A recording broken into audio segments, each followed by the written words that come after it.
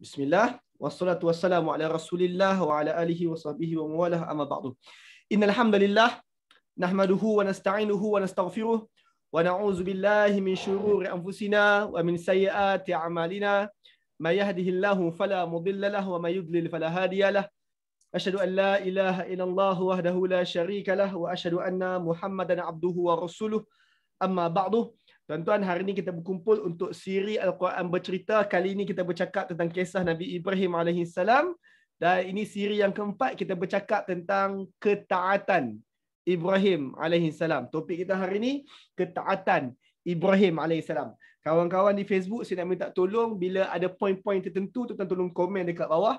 Motif dia adalah supaya kawan-kawan kita yang masuk lambat, mereka boleh baca komen-komen tu. So walaupun mereka masuk lambat, mereka boleh catch up lah. Kawan-kawan di Facebook minta tolong komen sinopsis apa yang telah kita belajar setakat sekarang, insya-Allah. Baik, rujuk di depan. Bila kita recall balik kelas-kelas yang lepas, ini apa benda yang telah kita bincang. Siapa Ibrahim? Kelas lepas kita bincang tentang siapa Ibrahim. Ini rujukan kisah Nabi Ibrahim dalam Quran. Keseluruhan Quran kisah Nabi Ibrahim ni ada dalam 14 tempat yang tertera dekat skrin, tuan-tuan. 14 tempat. Dan sepanjang 5 siri, dan ini siri keempat, sepanjang 5 siri insya-Allah kita cover ke-14 tempat tersebut, insya-Allah. Baik, siapakah Nabi Ibrahim alaihissalam? Maka ini Nabi Ibrahim alaihissalam. Silsilah keturunan Nabi Ibrahim alaihissalam, bila kita semak daripada keturunan Nuh, maka Nuh ada 4 orang anak. Fokus anak pertama. Anak pertama Sam bin Nuh. Dan Sam bin Nuh adalah bapa kepada bangsa Semantik. Maka Nabi Ibrahim AS adalah bangsa Semantik. Dia part of Semantic people. Dia orang Babylon, Ur Babylon. Maka Nabi Ibrahim AS adalah daripada keturunan Sam bin Nuh. Bila sebut keturunan, ia tak bermaksud anak. Mungkin cicit-cicit yang ke bawah tu daripada Sam bin Nuh adalah Nabi Allah Ibrahim AS. Dan kelas yang lepas, kita diperkenalkan dengan satu watak lagi, iaitu Lut AS. Siapa Lut AS? Tuan-tuan dekat Zoom, tolong jawab saya. Lut siapa dia? Kaitan dia dengan Nabi Ibrahim? Anak saudara. Anak saudara Nabi Allah Ibrahim. Lut AS, kelas lepas kita telah discuss sedikit tentang dia. Nabi Lut antara yang beriman kepada Nabi Allah Ibrahim dalam dakwah Nabi Allah Ibrahim. Dan Lut adalah anak saudara Nabi Allah Ibrahim. So Lut dengan Ibrahim, mereka adalah keluarga, tinggal setempat pada peringkat awalnya, dan mereka kedua-duanya daripada keturunan Sam bin Nuh. So latar Nabi Allah Ibrahim sekadar yang telah kita tahu apa dia, tuan-tuan. Latar Nabi Allah Ibrahim, pertama, baginda adalah rasul utama yang menjadi syiah kepada Nuh. Syiah maksudnya pendokong yang tak hidup sezaman. Itu maksud syiah. Telah kita discuss pada kelas yang pertama dulu, Nabi Allah Ibrahim adalah syiah kepada Nuh. Maksudnya pendokong utama mesej Nabi Nuh selepas era Nabi Nuh AS. Dan baginda adalah salah seorang daripada Rasul Ulul Azmi. Apa trademark Rasul Ulul Azmi? Iaitu dia tak mudah-mudah mendoakan kehancuran kepada kaum dia. Dan tiga kelas yang lalu, kita bercakap bagaimana Nabi Allah Ibrahim berdakwah di Ur Babylon dan juga kemudian di Haran. Kedua-dua tempat Nabi Ibrahim berdakwah itu, tuan-tuan tak baca pun tentang Nabi Ibrahim mendoakan kehancuran kaum dia ataupun kaum dia dimusnahkan. Itulah antara bukti besar baginda Nabi Ibrahim adalah Rasul Ulul Azmi. Dan kemudian baginda mulakan dakwah baginda di kota Ur Babylon. Kelas pertama dan kelas kedua kita bincang tentang itu. Kemudian kelas yang ketiga Ramadan lepas, kita bincang tentang bagaimana dakwah baginda di kota Haran. So Nabi Ibrahim di Ur Babylon tempat dia dakwah peringkat awal, kemudian dia hijrah ke kota Haran. Di kota Haran pula dia dakwah untuk kali yang seterusnya. Kemudian kelas yang lepas, berakhirnya kisah Nabi Allah Ibrahim di Haran adalah baginda hijrah ke satu kota yang kita panggil kota Kanaan pada waktu itu. Hari ini Jerusalem, tuan-tuan tak ada Jerusalem kan? Kota Al-Quds tu. Pada waktu zaman Nabi Ibrahim, kota tu nama dia kota Kanaan. Baginda hijrah ke kota Kanaan atas perintah Allah Subhanahu Wa Taala. Jadi kalau tuan-tuan tengok peta di hadapan, ini perjalanan hidup Nabi Allah Ibrahim. Nabi Allah Ibrahim bermula di Ur Babylon, somewhere around Iraq hari ini. Baginda Nabi Ibrahim bermula di Ur Babylon. Hari ini somewhere around Iraq, tamadun Mesopotamia waktu tu. Kemudian baginda hijrah ke Haran. Selepas baginda dakwah di Haran pula, Allah perintahkan baginda hijrah ke Kanaan. Ke Kanaan. Dan sewaktu baginda sampai ke Kanaan, Nabi Allah Lut alaihi salam dipisahkan daripada baginda atas arahan Allah. Baginda Nabi Allah Lut diarahkan untuk pergi dekat kota bersebelahan, iaitu kota Sadum.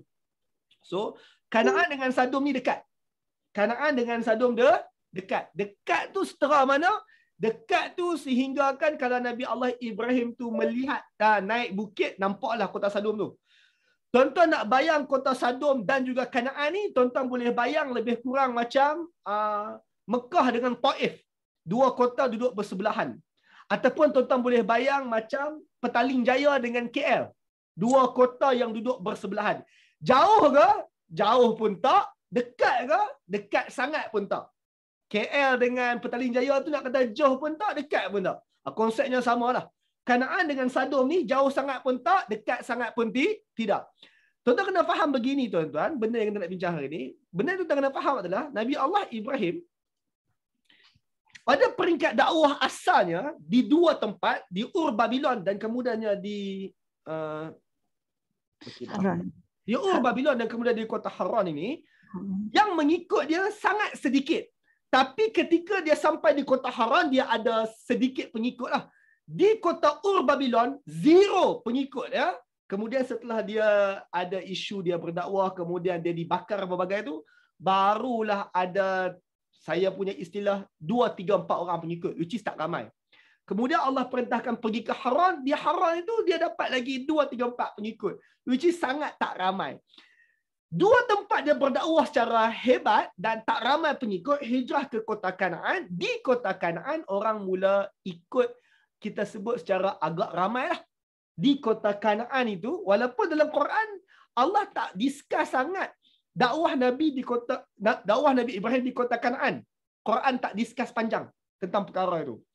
Tapi tuan-tuan, by the way, kenapa tak discuss dakwah Ibrahim di kota Kanaan? One of the reason adalah Ibrahim di kota Kanaan adalah zaman kemenangan ataupun zaman kegemilangan Ibrahim di kota Kanaan.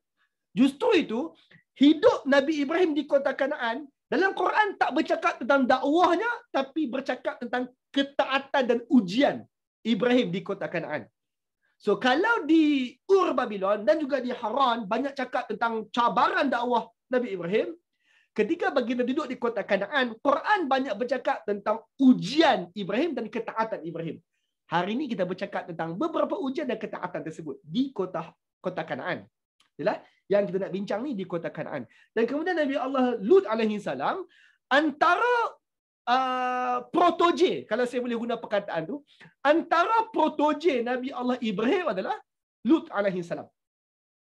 Saya nak bagi tuan-tuan faham sedikit keadaan Lut dengan Nabi Allah Ibrahim. Bagi siapa yang familiar dengan kisah Nabi Musa, Nabi Musa ni dia ada Harun. Dia punya right hand man. Right hand man. Betul lah, right hand man. Nabi Allah Musa ada Nabi Harun. Kemudian di hujung usia Nabi Musa train satu orang Nabi baru bernama Yusha bin Nun. Nabi Allah Musa. So Nabi Lut adalah right hand man untuk Nabi Ibrahim AS. Konsep yang sama dengan Nabi Isa AS. Nabi Isa AS, Nabi yang hebat. Dia diutuskan bersama dengan Nabi Yahya AS. Nabi Yahya adalah right hand man untuk Nabi Isa AS. Konsep sama dengan Lut AS. So Nabi Ibrahim polish Nabi Lut ini. Kemudian bila sampai satu tahap, Allah kata, Lut, you are entitled to become a new prophet. You are entitled to become the messenger. So sebagai messenger, sebagai rasul, Lut diberi tempat baru, audien baru. Lut, engkau dah praktis dah pun bersama Ibrahim lama dah pun. Sekarang kau guna benda yang kau belajar dengan Ibrahim tu, kau pergi dekat satu kota baru nama Kanaan. Lut kita tak bincang panjang sebab hari ni kisah Nabi Ibrahim. Lut kita cerita kemudian.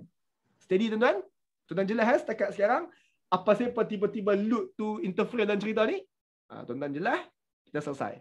Maka tuan-tuan jom kita sambung.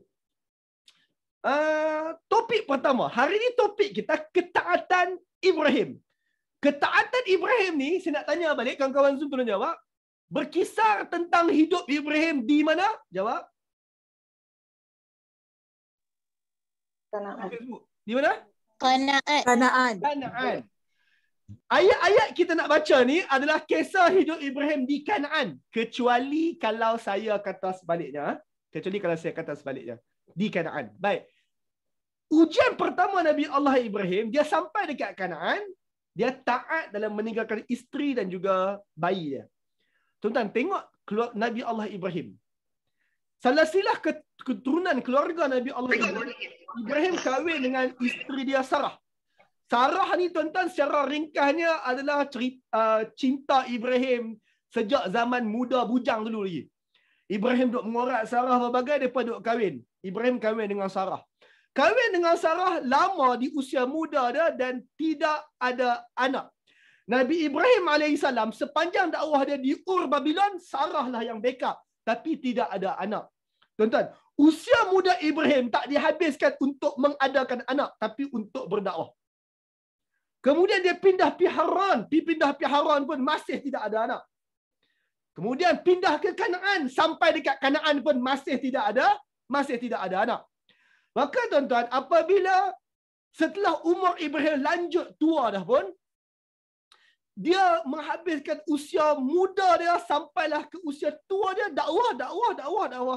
Dan dia tak ada anak pun. Maka Sarah selaku isteri pertama dia terkilan. Dia kata, abang. Jadi tuan-tuan kena faham kaedah orang dulu berfikir. Kaedah orang dulu berfikir, yang akan teruskan legasi satu orang ayah adalah anak. Zaman dulu, kalau kita meniaga, legasi meniaga kita akan passing dekat anak. Kalau kita ada kerajaan akan passing dekat anak. Mentaliti orang dulu macam tu. Selalunya yang akan backup satu orang adalah keturunan dia. Sebab tu orang Arab, dan Quran juga berulang-ulang kali sebut tentang banyaknya harta Quraisy dan banyaknya anak-anak Quraisy. Mereka take pride of that. Mereka bangga perkara tu. So Sarah pun tengok suami dia tua dah. Sarah pun kata, abang. Bila kita mati esok macam mana? Sebab kita anak tak ada. Abang pun punyalah tak ada anak, pi jaga Lut, pi train Lut. Lut tu anak saudara, bukan anak betul. Kalau tuan-tuan, sudut pandang dia macam inilah. Kalaulah Nabi Ibrahim ada anak betul, nescaya protoje, bukan Lut. Seolah-olah begitulah. Seolah-olah protoje Ibrahim yang akan Ibrahim polish untuk take over dakwah Ibrahim tu adalah anak dia betul. Bukannya Lut alaihissalam. Tapi anak betul tak ada. Maka Sarah kata, abang, I dah tua, memang gayanya memang tak boleh bagi anak kat you. You pun dah tua juga. Tapi you ni laki lain sikit. Subur lain sikit. Macam ni lah bang. Saya ada seorang hamba. Sarah, isteri Ibrahim. Sarah kata, saya ada seorang hamba. Hamba saya nama Hajar.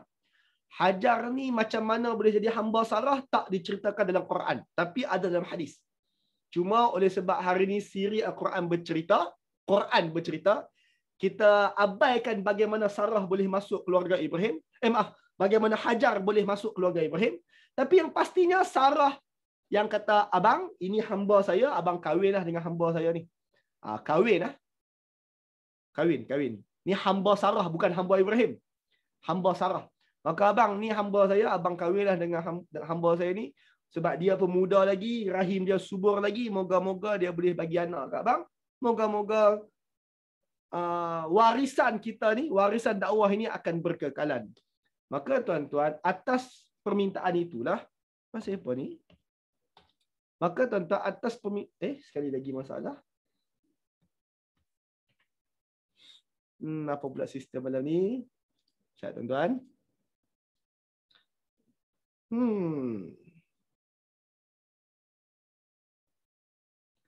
Maka tuan-tuan, bila Nabi Allah Ibrahim, maka bila Sarah suggest kata kahwin dengan Hajar, maka Nabi Allah Ibrahim kahwin dengan Hajar. So tuan-tuan kena faham, Sarah adalah isteri pertama, Hajar adalah isteri kedua. Jarak umur Hajar dengan Sarah ni, Hajar sangat muda berbanding dengan Sarah. Sangat muda. Hajar rahim dia masih kuat. Hajar rahim dia masih subur. Maka Ibrahim dengan Hajar dapat anak pertama nama Ismail. Ingat, isteri pertama Sarah, tapi anak pertama bukan anak Sarah. Anak pertama adalah hasil daripada perkongsian hidup Ibrahim dengan Hajar, Ismail. Ismail di situ adalah Ismail yang Nabi itulah. Cuma waktu lahir tu tak Nabi lagi. Waktu lahir tu tak Nabi lagi. Tuan-tuan, steady. Ibrahim buat dapat anak Ismail, steady, selesai. Dapat anak baru baby lagi. Apa berlaku? Allah sebut dalam surah As-Saffat tentang perkara itu. Waqala, Ibrahim kata, inni zahibun ila rabbi sayahdin. Aku akan pergi kepada Tuhan aku, lalu Tuhan aku akan pimpin aku. Ini adalah sambungan kisah dia keluar daripada Ur Babylon ataupun keluar daripada Haran. Dia keluar daripada Haran, dia kata, aku nak pergi jumpa Tuhan aku. Aku nak hijrah pergi kepada Tuhan aku. Tuhan aku akan pimpin aku. Maka dia pun sampai tempat baru, iaitu Kanaan. Ibrahim doa, Rabb, wahai Tuhan, aku dah hijrah dah pun. Aku dah sampai dekat Kanaan dah pun. Habli minas salihin. Ya Allah, limpahkanlah kepada aku daripada yang soleh-soleh. Tuan-tuan, minas salihin. Limpahkan untuk aku daripada yang soleh-soleh. Poin dia nak anak lah. Dia doa untuk dapat anak. Ya Allah, bagi dekat aku anak yang soleh-soleh. Bagi seorang pun tak apa dah. Daripada kalangan yang soleh ramai-ramai itu boleh ikut bagi seorang kat aku. Habli minas salihin. Maka basyarnahu bi ghulamin halim. Oleh sebab doa Ibrahim tersebut di hujung usia dia, Allah perkenankan, Allah beri dia satu orang budak lelaki yang sangat sabar. Budak lelaki yang sangat sabar tu nama apa? Ismail alaihi salam. Tuan-tuan, sekadar tuan-tuan tahu, Ismail baby baru keluar, apa Allah suruh buat? Sekadar tuan-tuan tahu? Apa dia Kak Lali kuat sikit? Sembelih. Tinggalkan. Baby tu. Allah suruh buat apa? Pergi ke Tinggalkan. Mekah. Tinggalkan pergi dekat Mekah. Maka tuan-tuan, tengok kat sini, itu Kanaan. Budak tu baru je dapat, Ibrahim baru seronok, baru cukur kepala apa bagai, dia dapat baby, akikah baru buat. Lepas akikah baru buat apa bagai tu, Allah kata Ibrahim bawa budak ni dengan mak dia sekali pergi dekat satu tanah kosong, tandus, tak ada apa langsung, iaitu Mekah. Nabi Allah Ibrahim duduk di Kanaan, membina keluarga di Kanaan, dapat anak di Kanaan, anak baby kecil lagi, menyusu lagi. Allah kata, bawa isteri kau yang muda tersebut, bawa anak kau pergi dekat satu tempat, iaitu Mekah. Pergi dekat Mekah. Maka Nabi Ibrahim membawa anak dia, si Ismail tu, baby lagi, dan bawa isteri dia Hajar, pergi dekat Mekah. Sampai dekat Mekah, by the way, sampai dekat Mekah, saya tak tahu pasal apa, sistem saya lahir ni tak synchronize. Sampai saja dekat Mekah, maka Nabi Allah Ibrahim pun turun letak anak dia dekat satu tempat. Kemudian dia pun kata, ya Allah, aku dah laksanakan arahan aku dah laksanakan perintah engkau. Maka dia pun nak belah. Tuan-tuan, masa dia pun nak belah, isteri dia pun kata, abang, what are you doing? Hang tinggal kami dekat sini. Tinggal kami kat satu tanah kosong. Ada pokok sebiji, ada batu rosak, ada batu pecah kat situ. Jadi batu apa yang pecah kat situ? Anyone? Studio lama? Zam-zam. By the way, perkataan tepat adalah batu Kaabah. Tuan-tuan, dengar sini ya. Ramai orang duk bayang kata Kaabah ini Ibrahim bina. Statement tu kurang tepat. Kaabah telah ada sebelum Nabi Allah Ibrahim hidup, Ibn. Kaabah ni yang pertama sekali dibina oleh zaman Nabi Allah. Zaman Nabi Allah Adam. Nabi Adam yang bina Kaabah untuk kali pertama. Dalam Al-Baqarah nanti kita akan baca Ibrahim cuma meninggikan binaan Kaabah. Dan sekejap lagi kita akan baca bagaimana Ibrahim tinggalkan anak isteri dia dekat sebelah Kaabah. Cuma Kaabah yang telah musnah. Kaabah yang rosak, pecah. Maka Ibrahim tinggalkan isteri dia kat situ bawah pokok dengan anak dia kecil tu. Ibrahim naik kuda nak belah. Maka isteri dia berkata, abang, where are you going? Cut short, Ibrahim bagi tahu kata, Allah suruh tinggal kat sini, saya nak balik. Maka ni cut short, saya tak mahu cerita panjang. Maka isteri pun benarkan dia balik. Dia pun balik, dia pacu kuda. Sampai sahaja jauh sikit daripada Mekah. Maksudnya dia tak nampak dah anak bini dia. Anak bini dia pun dah tak nampak dia dah. Waktu tu Ibrahim angkat tangan dan berdoa. Apa Ibrahim doa? Wa iz qala Ibrahim. Dalam surah Ibrahim, ini surah Ibrahim ayat 14. Dalam surah Ibrahim, Allah bercakap tentang doa Ibrahim. Antara doa Ibrahim selepas dia letak anak dia dengan isteri muda dia dekat satu tanah kosong Mekah itu, Ibrahim doa, Rabb, wahai Tuhan, ij'al haza balada amina. Aku mohon agar engkau jadikan negeri ini, merujuk kepada Mekah, negeri yang aman, selamat. Ingat tuan-tuan, Mekah zaman Nabi Ibrahim tak sama Mekah sekarang. Mekah zaman Nabi Ibrahim yang Ibrahim letak tu, tanah kosong, satu manusia pun tak ada. Yang ada cuma isteri Ibrahim dengan anak Ibrahim. 2 orang tu sahaja. Maka Ibrahim doa, ya Allah, aku dah letak isteri aku. Aku dah letak anak aku kat situ. Aku mohon engkau jadikan negeri ini selamat. Selamat untuk siapa? Selamat untuk anak dan isteri aku lah, sebab aku tak ada kat sini. Kalau aku ada kat sini, boleh juga aku, mereka tidur, aku pegang parang, aku ulang kan? Aku boleh defend. Tapi Allah punya arahan, tinggalkan anak isteri kat situ, balik Kanaan. Arahan Allah, engkau tinggal anak dan isteri dekat situ dan balik Kanaan. Maka selaku ayah, berat nak buat tu. Ni isu taat Ibrahim, tuan-tuan. Betapa taatnya Ibrahim, arahan seberat itu dan dia buat. Dan setelah dia buat, dia minta ke Allah, ya Allah, aku cuma minta tolong agar engkau jadikan negeri ini selamat. Negeri ini aman. Itu satu hal. Nombor satu. Yang kedua, wajnubni wa baniya an na'budal asnam. Jauhkanlah aku dan juga anak-anak aku daripada menyembah berhala-berhala. Aku mohon agar engkau jauhkan aku dan juga anak-anak aku daripada menyembah berhala. Tuan-tuan, ada 2 orang dia minta agar jauh daripada sembah berhala. Satu adalah dia, Ibrahim. 2 adalah anak dia. Tuan-tuan, saya nak fokus anak dia dulu. Anak dia dalam kes ni adalah Nabi Allah, anak dia dalam kes ni adalah Nabi Allah Ismail. Budak lagi. Ismail tu budak lagi. Sekarang saya nak tanya tuan-tuan, Tuhan mana yang suruh ayah dia, Ibrahim, letak Ismail tengah tanah tu? Tuhan mana suruh? Allah suruh.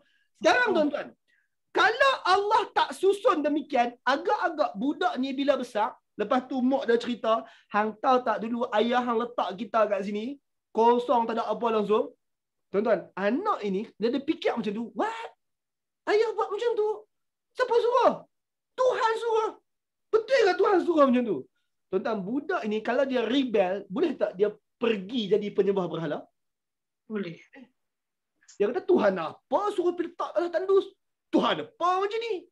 Tuan-tuan, budak yang rebel, dia boleh buat pergi sejauh itu sehingga menyembah berhala. Berapa ramai budak-budak hari ni yang rebel? Rebel sebab apa? Sebab mak tak memahami. Rebel sebab apa? Sebab ayah kahwin 2. Lepas tu tinggal kami. Dia rebel sebab tu. Bila rebel sebab tu, kadang-kadang rebel marah ke ayah, dia lawan sekali dengan Tuhan. Ramai jadi. Dia marah dekat ayah dia sebab ayah dia bla bla bla. Dia marah dekat mak dia sebab mak dia buat bla bla bla. Tapi dia rebel sampai lawan Tuhan. Ada berlaku. Anak Melayu kita pun ada buat macam tu. Maka Ibrahim dah nampak dah perkara ni perkara besar. Bukan hanya kepada dia. Ia juga perkara besar untuk anak dia. Ibrahim minta apa? Ya Allah, jauhkan aku, jauhkan anak aku daripada sembah asnam, berhala-berhala. Soalan, jauhkan aku. Pasal apa aku pun kena jauh daripada sembah asnam? Tuan-tuan, Ibrahim tangan dia telah mempecahkan berhala. Sebelum perkara ini berlaku, tangan Ibrahim telah memecahkan berhala.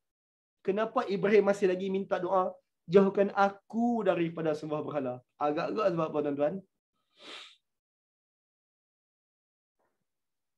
Hidayah milik Allah. Hidayah milik Allah, okey. Okey, boleh pergi kat situ.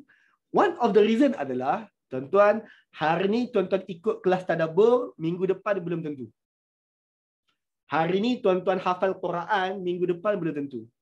Macam saya masuk sekolah agama. Belum tentu kita graduate dan kita jadi orang agama yang baik. Point dia kat sini adalah, hari ini tangan engkau memecahkan berhala, silap-silap minggu depan engkau yang cium dekat kaki berhala tersebut. Ibrahim tahu manusia hati dia boleh berbolak-balik sedemikian rupa. Dan hati manusia boleh berbolak-balik ini atas dua sebab. Satu, kaya melampau. Dua, apa ke dana. Ibrahim alaihissalam di Kanaan dia adalah orang yang mewah. Kalau tak mewah pun dia kaya lah. Ibrahim di Kanaan dia adalah orang kaya. Tapi tuan-tuan, dia tinggal anak isteri dia, terutama sekali isteri dia tu. Isteri dia tu kalau duduk kat Kanaan, dia makan okey, hidup okey, semua okey. Sebab Ibrahim satu orang yang quite rich, quite established. Sekarang dia tinggal isteri dia kat situ. Isteri dia nak minta kat siapa? Tuan-tuan, ada tendensi nanti ada orang-orang lain akan doktrin si budak itu dan juga doktrin si isteri dia untuk minta dekat berhala. Ibrahim ada, boleh juga Ibrahim kata, minta kat Allah. Tapi Ibrahim tak ada. Orang terdesak ni, dia sanggup minta kepada selain Allah Ta'ala. Antaranya mengabdikan diri kepada berhala. Maka tuan-tuan, Ibrahim dengan berat hati, dia taat Allah Ta'ala, dia tinggalkan isteri dan anak dia. Ya Allah, aku mohon negeri ini supaya engkau amankan negeri ini. Satu. Kedua, jauhkanlah aku dan jauhkanlah keturunan aku, anak-anak aku daripada semua berhala. Itu doa pertama Ibrahim dekat situ. Doa kedua Ibrahim dekat situ. Apa Ibrahim minta lagi? Tuan-tuan, ini apa Ibrahim minta yang kedua? Rabb, wahai Tuhan aku. Nak minta benda kedua. Rabb, wahai Tuhan.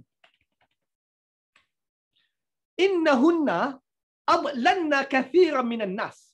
Sesungguhnya berhala-berhala itu, mereka telah pun berjaya menyesatkan ramai dari kalangan manusia. Berhala yang tak boleh bergerak tu, berhala yang kaku itu, telah berjaya menyesatkan ramai dari kalangan manusia. Maka anak dia mungkin salah satu yang boleh disesatkan oleh berhala-berhala itu. Maka Ibrahim kata, "Faman tabi'ani fa innahu minni." Sesiapa yang ikut aku tu Ibrahim. Ibrahim antara kerja dakwah dia yang besar adalah menghilangkan rasa hormat manusia kepada berhala. Itulah apa yang kita study kelas pertama, kedua dan ketiga kisah Ibrahim. Maka Ibrahim kata, "Ya Allah, mana-mana siapa-siapa yang ikut aku, maka dia fa innahu minni, dia part of aku. Wa man asani, sesiapa yang derhaka aku." Tuan-tuan, saya patah balik. Sesiapa yang ikut aku, maka dia termasuk golongan aku. Siapa derhaka aku? Sekarang saya nak tanya tuan-tuan. Siapa yang ikut aku? Dalam konteks doa ni, siapa yang ikut aku tu? Siapa? Anyone tuan-tuan? Siapakah yang Ibrahim maksudkan? Siapa-siapa yang ikut aku, maka dia geng aku. Dia adalah part of aku. Siapa tuan-tuan? Anak isteri dia. Anak isteri dia. Isteri anak dia. Ayat ni bukan ayat umum bercakap siapa-siapa je lah. No. Ayat ini doa Ibrahim lah tu tinggal anak dengan isteri dia kat situ. Dia minta, "Ya Allah, isteri aku, anakku, moga-moga tak sembah berhala. Please lah kawal mereka agar mereka tak sembah berhala." Sebab berhala dah menyesatkan ramai orang. Tapi itulah. Faman tabi'ani fa innahu minni. Tapi kalaulah siapa-siapa yang ikut aku, dia part of aku. Kalau isteri aku kekal sembah Allah dan tak sembah berhala, dia part of aku. Dia masih keluarga aku. Dia geng aku. Anak aku yang baby tu, kalau dia membesar sembah berhala, kalau dia membesar, kemudian dia ikut aku, alhamdulillah, dia part of aku. Tuan-tuan ingat, Nabi Allah Ibrahim, dia sebut apa dekat ayah dia? Ibrahim kata, "Anna bara', aku berlepas diri daripada whatsoever yang ayah sembah."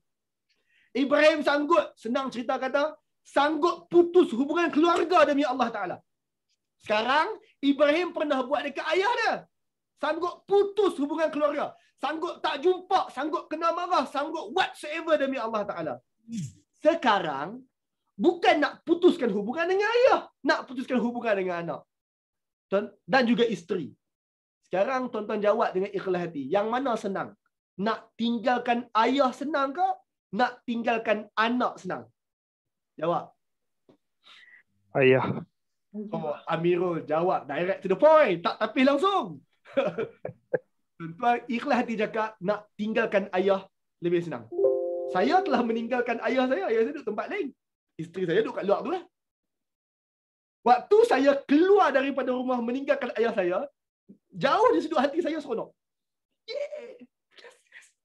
Boleh pergi duduk asrama tu kira seronok sangat lah. Boleh pergi duduk universiti, duduk Johor kat KL tu rasa seronok sangat lah. Why? Jauh dengan ayah. Tapi tuan, perasaan yang sama tak muncul waktu kita berjauhan dengan anak. Pergi kerja, anak baru lahir, pergi kerja hantar nursery, baru tak fikir macam-macam. Ayah tak. Kita tinggal ayah, perasaannya tak sama macam kita tinggal anak dan tinggal isteri. Ibrahim mulut dia direct cakap, bebaskan diri daripada ayah dia. Sekarang tuan-tuan, kalaulah anak aku dan isteri aku yang muda tersebut tiba-tiba memilih untuk sembah berhala, Ibrahim cuma boleh kata, faman tabi'ani fa innahu minni. Mana-mana siapa-siapa pun dalam konteks ni ahli keluarga aku yang stay menyembah satu Tuhan, ahli keluarga itu adalah part of aku. Tuan-tuan ingat tak Nabi Nuh alaihi salam? Nabi Nuh alaihi salam lepas banjir habis, Nabi Nuh minta doa bukan menyelamatkan ayah dia, tapi minta doa apa? Supaya menyelamatkan anak dia yang tak ada bahtera tu.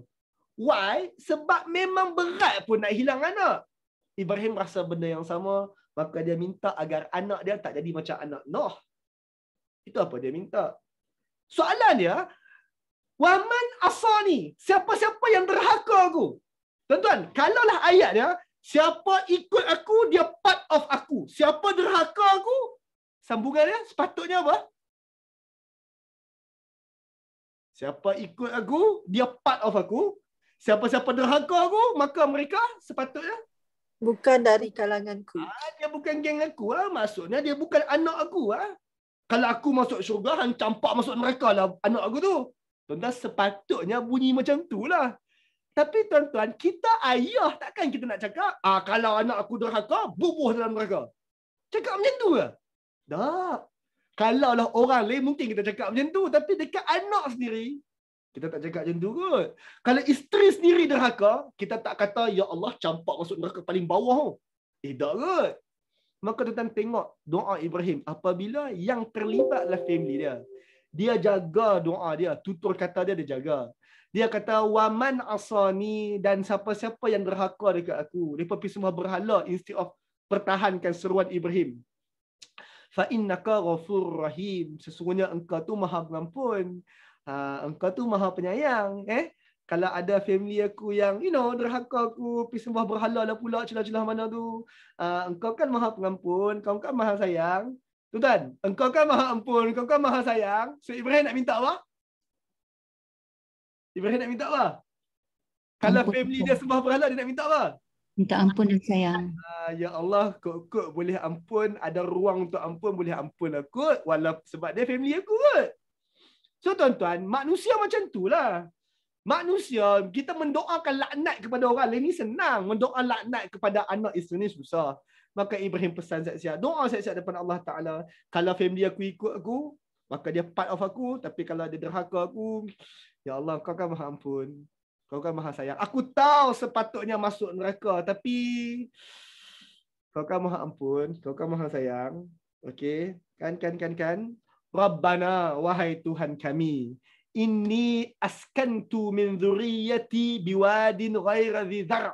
Wahai Tuhan kami, sesungguhnya aku, tuan-tuan, tadi adalah wahai Tuhanku. Tadi. Tadi waktu dia doa, wahai Tuhanku, anak aku, isteri aku, bagi mereka bla bla bla. Selepas sahaja dia mendoakan anak dan isteri dia, instead of dia sebut wahai Tuhanku, dia tukar jadi wahai Tuhan kami. Dia telah memasukkan kami, iaitu isteri dan anak dia sebagai antara pendoa. Walaupun dia seorang je doa, tapi dia telah memasukkan doa itu part of isteri dan anak. Maka dia kata, wahai Tuhan kami. Kami siapa dia? Tuhan aku, Tuhan isteriku yang aku tinggal dengan Tuhan anak aku yang aku tinggal tu. Wahai Tuhan kami, inni askantu min dhurriyyati biwadin ghairi dhi dhar'. Aku telah menempatkan sebahagian daripada keturunan aku. Sebab sebahagian lagi masih ada dekat Kanaan. Sebab isteri seorang lagi masih ada dekat Kanaan. So dia kata, sebahagian daripada keturunan aku dah tempatkan di sebuah wadi, sebuah lembah, ghair dhi dhar'. Yang mana lembah tu tandus, tanaman satu titik habuk pun tak ada. Inda baitikal muharram. Aku tinggalkan mereka di sisi rumah engkau yang dihormati tu. Baitikal muharram. So tengok tuan-tuan, waktu ni Ismail masih baby lagi, tapi Ibrahim dah kata, aku tinggalkan baby aku dan isteri aku di sisi rumah engkau yang dihormati tu. Baitul Haram. Ini menunjukkan bahawa Kaabah dah ada ke belum? Sudah. Anak Ismail masih kecil lagi, tapi Kaabah dah ada. Soalan, pasal apa Ibrahim sanggup tinggal kat situ? Kenapa Allah minta agar sebahagian keluarga Ibrahim duduk kat situ? Rabbana liyuqimus salah. Wahai Tuhan, aku tinggalkan anak isteri aku dekat sini. Moga-moga mereka mendirikan solat. So tuan-tuan, Masjid Haram jadi kiblat ni, nama pun Masjid Haram, bukan zaman Nabi Muhammad. Zaman Ibrahim pun bukan. Sebelum zaman Ibrahim, Masjid Haram memang dah jadi masjid paling utama, masjid pertama didirikan atas muka bumi, masjid yang memang jadi pusat tumpuan dunia pun. Cuma ia rosak pada zaman banjir Nabi Nuh. Banjir Nabi Nuh, Kaabah rosak.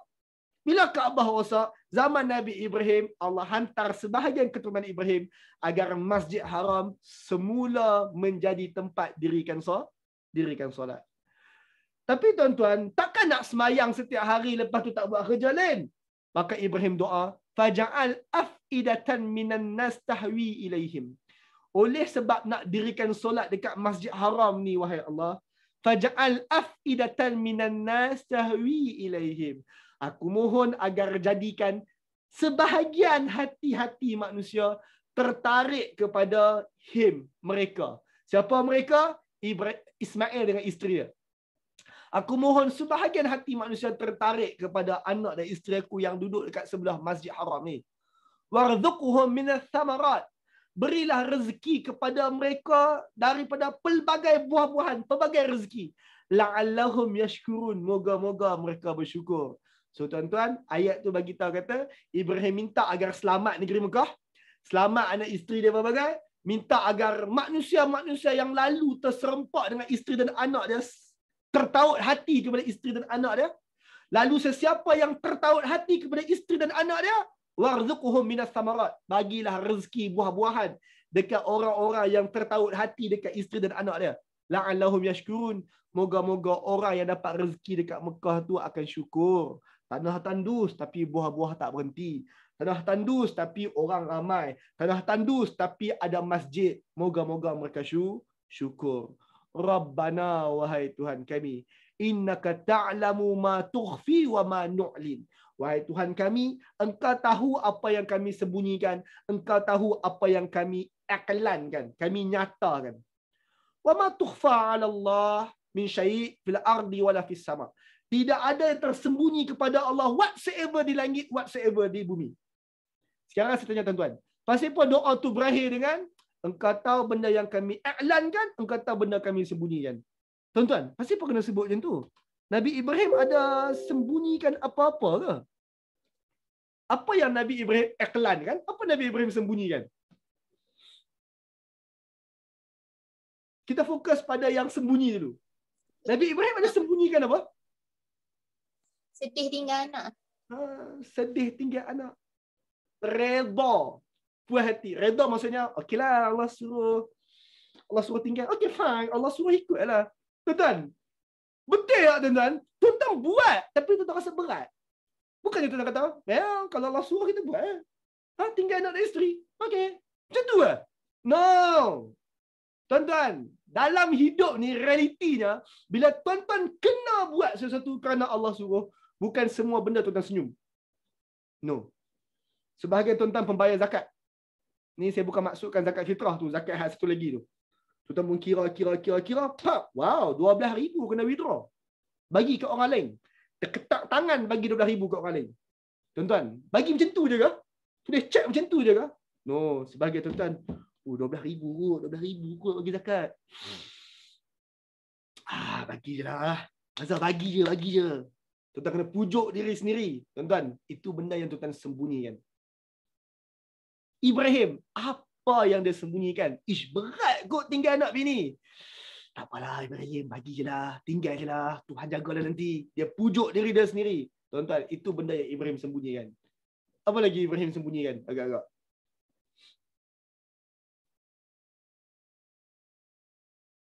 Apa lagi Ibrahim sembunyikan? Agak-agak.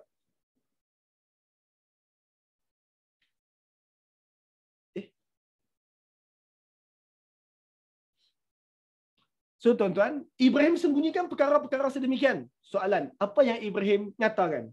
Ibrahim nyatakan apa yang dia sebut dalam doa dia tu? yang disebut dalam doa itu jelas. Mungkin ada benda, by the way, tuan-tuan dalam dunia ni, ada benda yang tuan-tuan nak cakap tapi tuan-tuan tak ada perkataan nak sebut. Ada benda tuan-tuan nak minta ke Allah tapi tak tahu nak sebut macam mana. Benda-benda macam tu pun adalah part of benda yang disembunyikan. Maka Ibrahim kata, wahai Tuhan, engkau tahu benda dalam dada. Engkau tahu benda kami sembunyi. Engkau tahu benda yang kami cakap terus terang. Tidak ada apa yang Allah sembunyikan. Tidak apa yang tersembunyi daripada Allah di langit atau di bumi. Maka tuan-tuan, jom kita tengok kesimpulan setakat sekarang. Kesimpulan setakat sekarang adalah ini. Doa Nabi Allah Ibrahim ketika meninggalkan Hajar dan Ismail. Tuan-tuan dekat Zoom, tolong buka mic dan sebut ramai-ramai.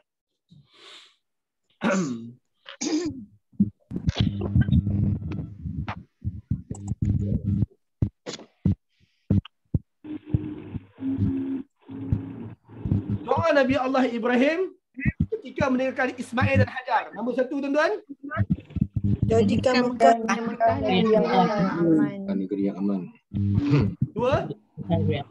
Jauhkan dia dan keluarga dari menyembah berhala. Tiga. Jadikan manusia tertarik kepada Ismail dan Hajar. Yang keempat. kurniakan Tuhan kepada penduduk Mekah. Allahu alam. Ada soalan setakat sekarang? Ada soalan setakat sekarang?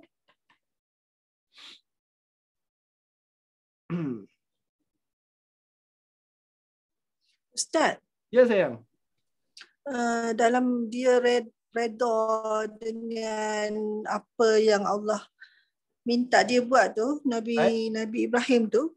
Baik. Tapi dalam hati dia ada benda yang dia tak terkeluar nak katakan tu, melibatkan keikhlasan dia tak?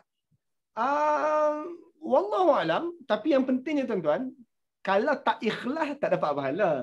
Saya rasa Ibrahim ikhlas, cuma ikhlas dalam berat lah. Ikhlas dalam berat untuk buat. Tuan-tuan, redha satu hal, ikhlas satu hal, izin satu hal. So sekarang tuan-tuan, ikhlas ni kalau paksa diri untuk buat kerana Allah, itu tetap ikhlas. Meskipun memaksa diri.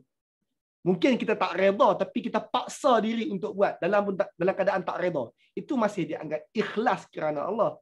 Ikhlas adalah buat semata-mata kerana Allah. Itu ikhlas. Walaupun dia memaksa diri, itu masih lagi ikhlas. Wallahu alam. Ada soalan? Ustaz, terima kasih. Saya dapati dekat Facebook ramai yang sebut apa ni terputus-putus. Tuan-tuan, daripada awal saya live tadi pun memang Facebook bagi notification ada masalah sikit. Saya harap tuan-tuan kod macam tu je lah. InsyaAllah. Ada soalan lain? Ustaz nak tanya. Ya, Kila. Yang tempat yang Allah perintahkan Nabi Ibrahim tu untuk berhijrah tu, Baik. dia different country ke? Maksudnya sebab saya tengok dekat peta tu, Baik. ada yang tulis nama Jordan lah. Different Saya jadi country ke? confused. Soalan dia. Ha. Hari ni Kanaan adalah Palestin. Nabi Ibrahim daripada Palestin hantar kat Mekah. Mekah hari ni adalah Saudi Arabia. Dan tuan-tuan kena ingat, satu dia memang beza negara, yang kedua dulu naik kuda, naik unta.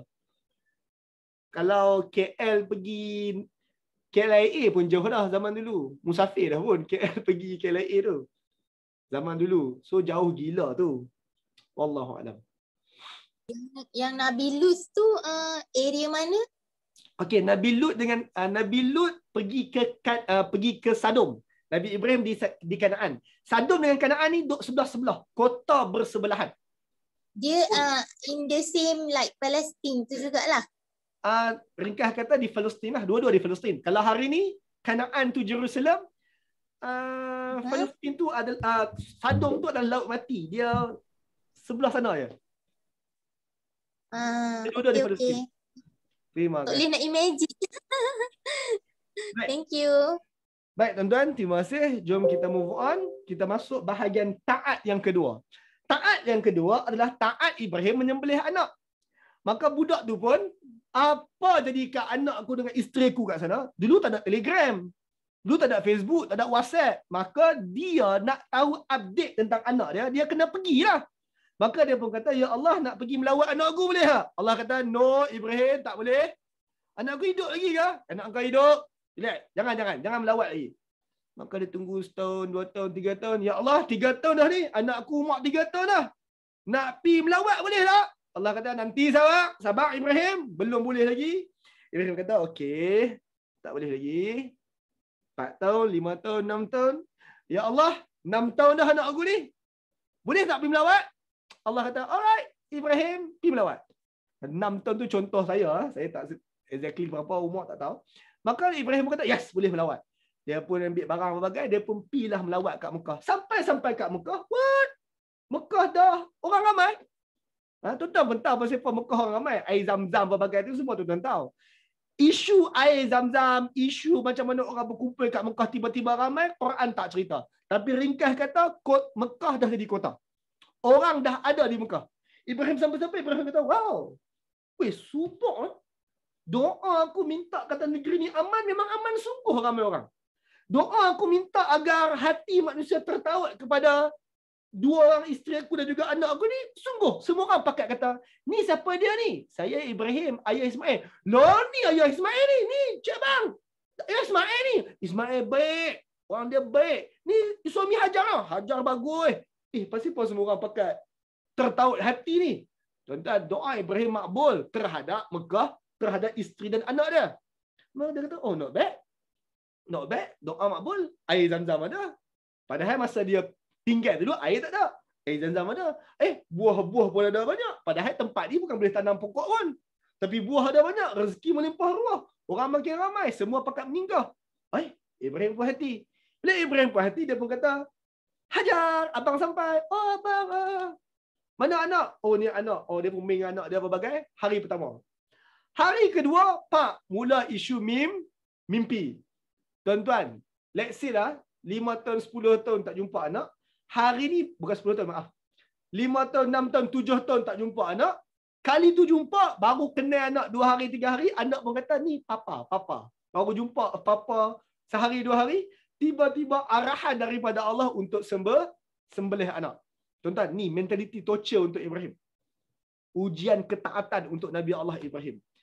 Tengok ayat dalam surah Saffat berkenaan isu sembelih anak tersebut. Apa Allah kata?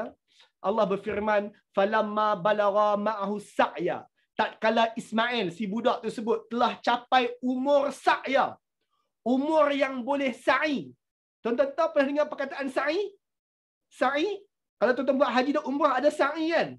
Allah kata waktu budak tu campai umur sa'i. Umur sa'ya. Umur sa'ya maksudnya, dia boleh buat rutin.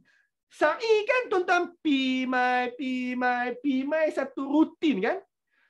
Bila budak tersebut capai umur boleh buat rutin. Boleh buat rutin maksudnya apa dia? Dia pandai bangun pagi sendiri, dia pandai gosok gigi, dia pandai basuh muka, dia pandai pakai baju sendiri. Tu maksudnya dia boleh buat rutin. So tuan-tuan dekat Facebook beritahu saya. Kawan-kawan dekat Zoom beritahu saya. Umur berapa anak tuan-tuan boleh buat rutin? Macam saya sebut tadi. Umur berapa? Umur berapa? 6-7 tahun. Boleh 7 tahun, 6 tahun. Maksudnya, 6 tahun, 7 tahun, dia berhenti bangun pagi, buka pakai baju, tidur sendiri, dia berhenti lah. Maka poin dekat sini, umur Ibrahim waktu tu lingkungan 5 tahun, 6 tahun, 7 tahun. Tu umur Ismail. Waktu umur Ismail, baru je boleh buat rutin. Qala, Ibrahim kata ke anak dia, ya bunayya, wahai anak kesayangan papa. Ya bunayya, wahai anak kesayangan papa. Ini, apa nak cakap sikit ni? Betul-betul, sesungguh-sungguhnya, betul-betul. Papa, ara fil manam. Papa ada nampak sesuatu dalam mimpi. Papa ada mimpi sesuatu. Ini azhabuka. Dalam mimpi tu papa nampak jelas sangat. Papa sembelih engkau. Fanzur madza tara. So anak kesayanganku, fanzur. Cuba engkau renung tengok mimpi papa tu. Madza tara, apa pandangan engkau wahai anakku? So tuan-tuan, pertama Ibrahim perkenalkan diri dia hari tu. Ibrahim terus bagi tahu pasal mimpi tersebut. Anak dia baru jumpa Ibrahim 2-3 hari sahaja. Tiba-tiba Ibrahim kata, papa mimpi papa sembelih engkau. Ada 2-3 benda yang kita nak nampak kat sini. Satu, Ibrahim yang dewasa dan matang ini bincang dengan anak dia yang sangat muda itu tentang hala tuju hidup budak tersebut. Dia tak guna kediktatoran macam sebahagian tuan-tuan diktator terhadap anak, tuan-tuan. Dia tak buat. Apa-apa benda yang melibatkan hala tuju hidup budak itu, bincang mesti dengan budak itu. Ibrahim tunjuk contoh. Ni skill parenting Ibrahim. Ibrahim bagi tahu, ayah mimpi kata nak sembelih kau. So kalau ayah sembelih je dah. Kau okey ke? Ada pandangan kau tak? Lebih kurang macam ni, tuan-tuan. Tuan-tuan nak hantar anak untuk masuk pusat tuition.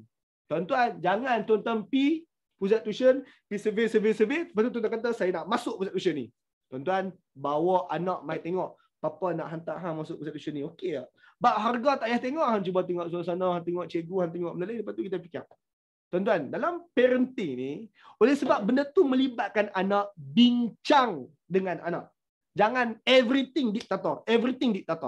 Ibrahim, waktu dia pergi tinggal anak dengan isteri dia boleh tinggal diktator. Dia boleh guna kuasa veto dia. Tapi tuan-tuan, bila membesarkan anak, dia tak guna diktator tersebut. Dia tak guna veto dia. Dia bincang. Berapa ramai anak tak teringin masuk Mahat Tafiz pun. Ayah colek anak hantar masuk Mahat Tafiz. Ayah tinggal seminggu lepas tu anak lari. Why? Sebab tuan-tuan paksa tak bincang. Hala tuju anak tersebut bincang dengan dia. Anak nak buat undang-undang dekat universiti, bagi dia buat undang-undang. Bincang dulu pasal apa buat undang-undang. Ayah suka hang buat doktor. Bincang dulu, jangan terus paksa. Kalau hang nak family ni, hang stay buat doktor. Jangan duk buat engineering tu. Family I buat engineering, tuan-tuan, perangai tersebut bukan perangai Ibrahim. Ibrahim pesan bincang dengan budak kecil tak matang lagi pun. Ibrahim train supaya otak dia berfungsi. Ayah nampak engkau dalam mimpi. Ayah sembelih engkau. Fanzur ma tara. Cuba kau renung apa pandangan engkau pula. Qalu, budak ni jawab. Qalu ya abati, wahai ayah kesayanganku. If'al ma tu'mar. Ayah buatlah. Ayah laksanalah benda yang ayah diperintahkan itu. Tuan-tuan, dua perkara. Satu, dia panggil ayah dia, ya abati, wahai ayah kesayanganku. Bermaksud, meskipun setelah 5 tahun, 6 tahun, 7 tahun tak duduk bersama, tetapi rasa hormat ayah budak ini ada pada ayah dia. Dia panggil ya abati, wahai ayah kesayangan tu. Sekarang saya nak tanya tuan-tuan.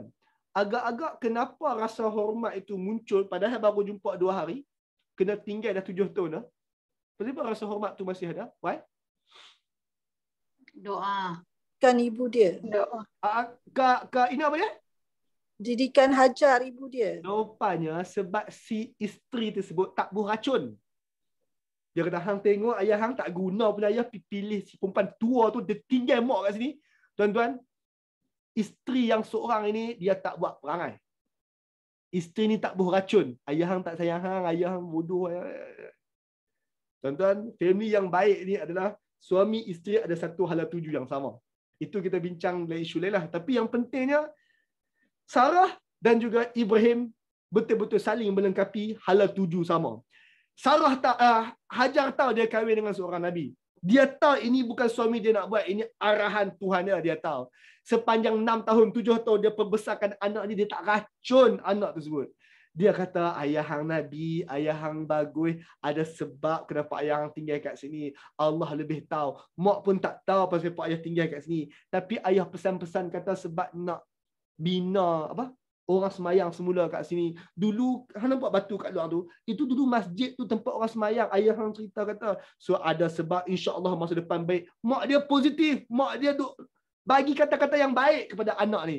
Sebab tu Ibrahim sampai-sampai anak dia, ya abati, wahai ayah kesayangan. Tak kena racun. Sebab tu tuan-tuan, apa-apa masalah dalam family, ayah jangan racun anak benci mak, mak jangan racun anak benci ayah. Apa-apa masalah, jangan duk meracun anak. Sebab tu anak kita kot. Yalah. Ya abati, wahai ayah kesayanganku, if'al ma tu'mar. Ayah buat je apa yang ayah diperintahkan tu. Perkataan if'al tu penting. If'al maksudnya buat je. Tak payah fikir panjang. Tuan-tuan, ada beza perkataan if'al dengan i'mal. Terjemah bahasa Melayu, dua-dua buat. Tuan-tuan pernah dengar perkataan amal? Amal, bahasa Melayu A-M-A-L, amal. Amalan amal dengan fa'ala, if'al, tuan-tuan, fa'ala maksudnya benda yang mudah buat, fa'ala. Buat benda mudah kita panggil fa'ala. Kalau buat benda sukar, benda yang kena ada effort berbagai, kita panggil amala. Contoh, solat. Solat ni tuan-tuan kena berdiri, tuan-tuan kena angkat takbir, letak, baca, sujud, kena kira berapa rakaat. Solat adalah amala. Amal solat. Fa'ala ni adalah benda-benda yang terlalu mudah sehingga effortless. Itu fa'ala. Fa'ala maksudnya lebih kurang macam bernafas, kelip mata, minum. Benda-benda tu adalah fa'ala. Benda yang terlalu mudah. Apa budak ni kata ke ayah dia? Ayah, if'al je. Buat je tanpa fikir panjang. Ayah ambil pisau tu tikam saya macam ayah minum air. Buat je tanpa fikir panjang. Maksudnya budak ni sangat supportif terhadap apa yang ayah dia diperintahkan. Dia faham bahawa mimpi ayah dia selaku rasul adalah mimpi yang benar.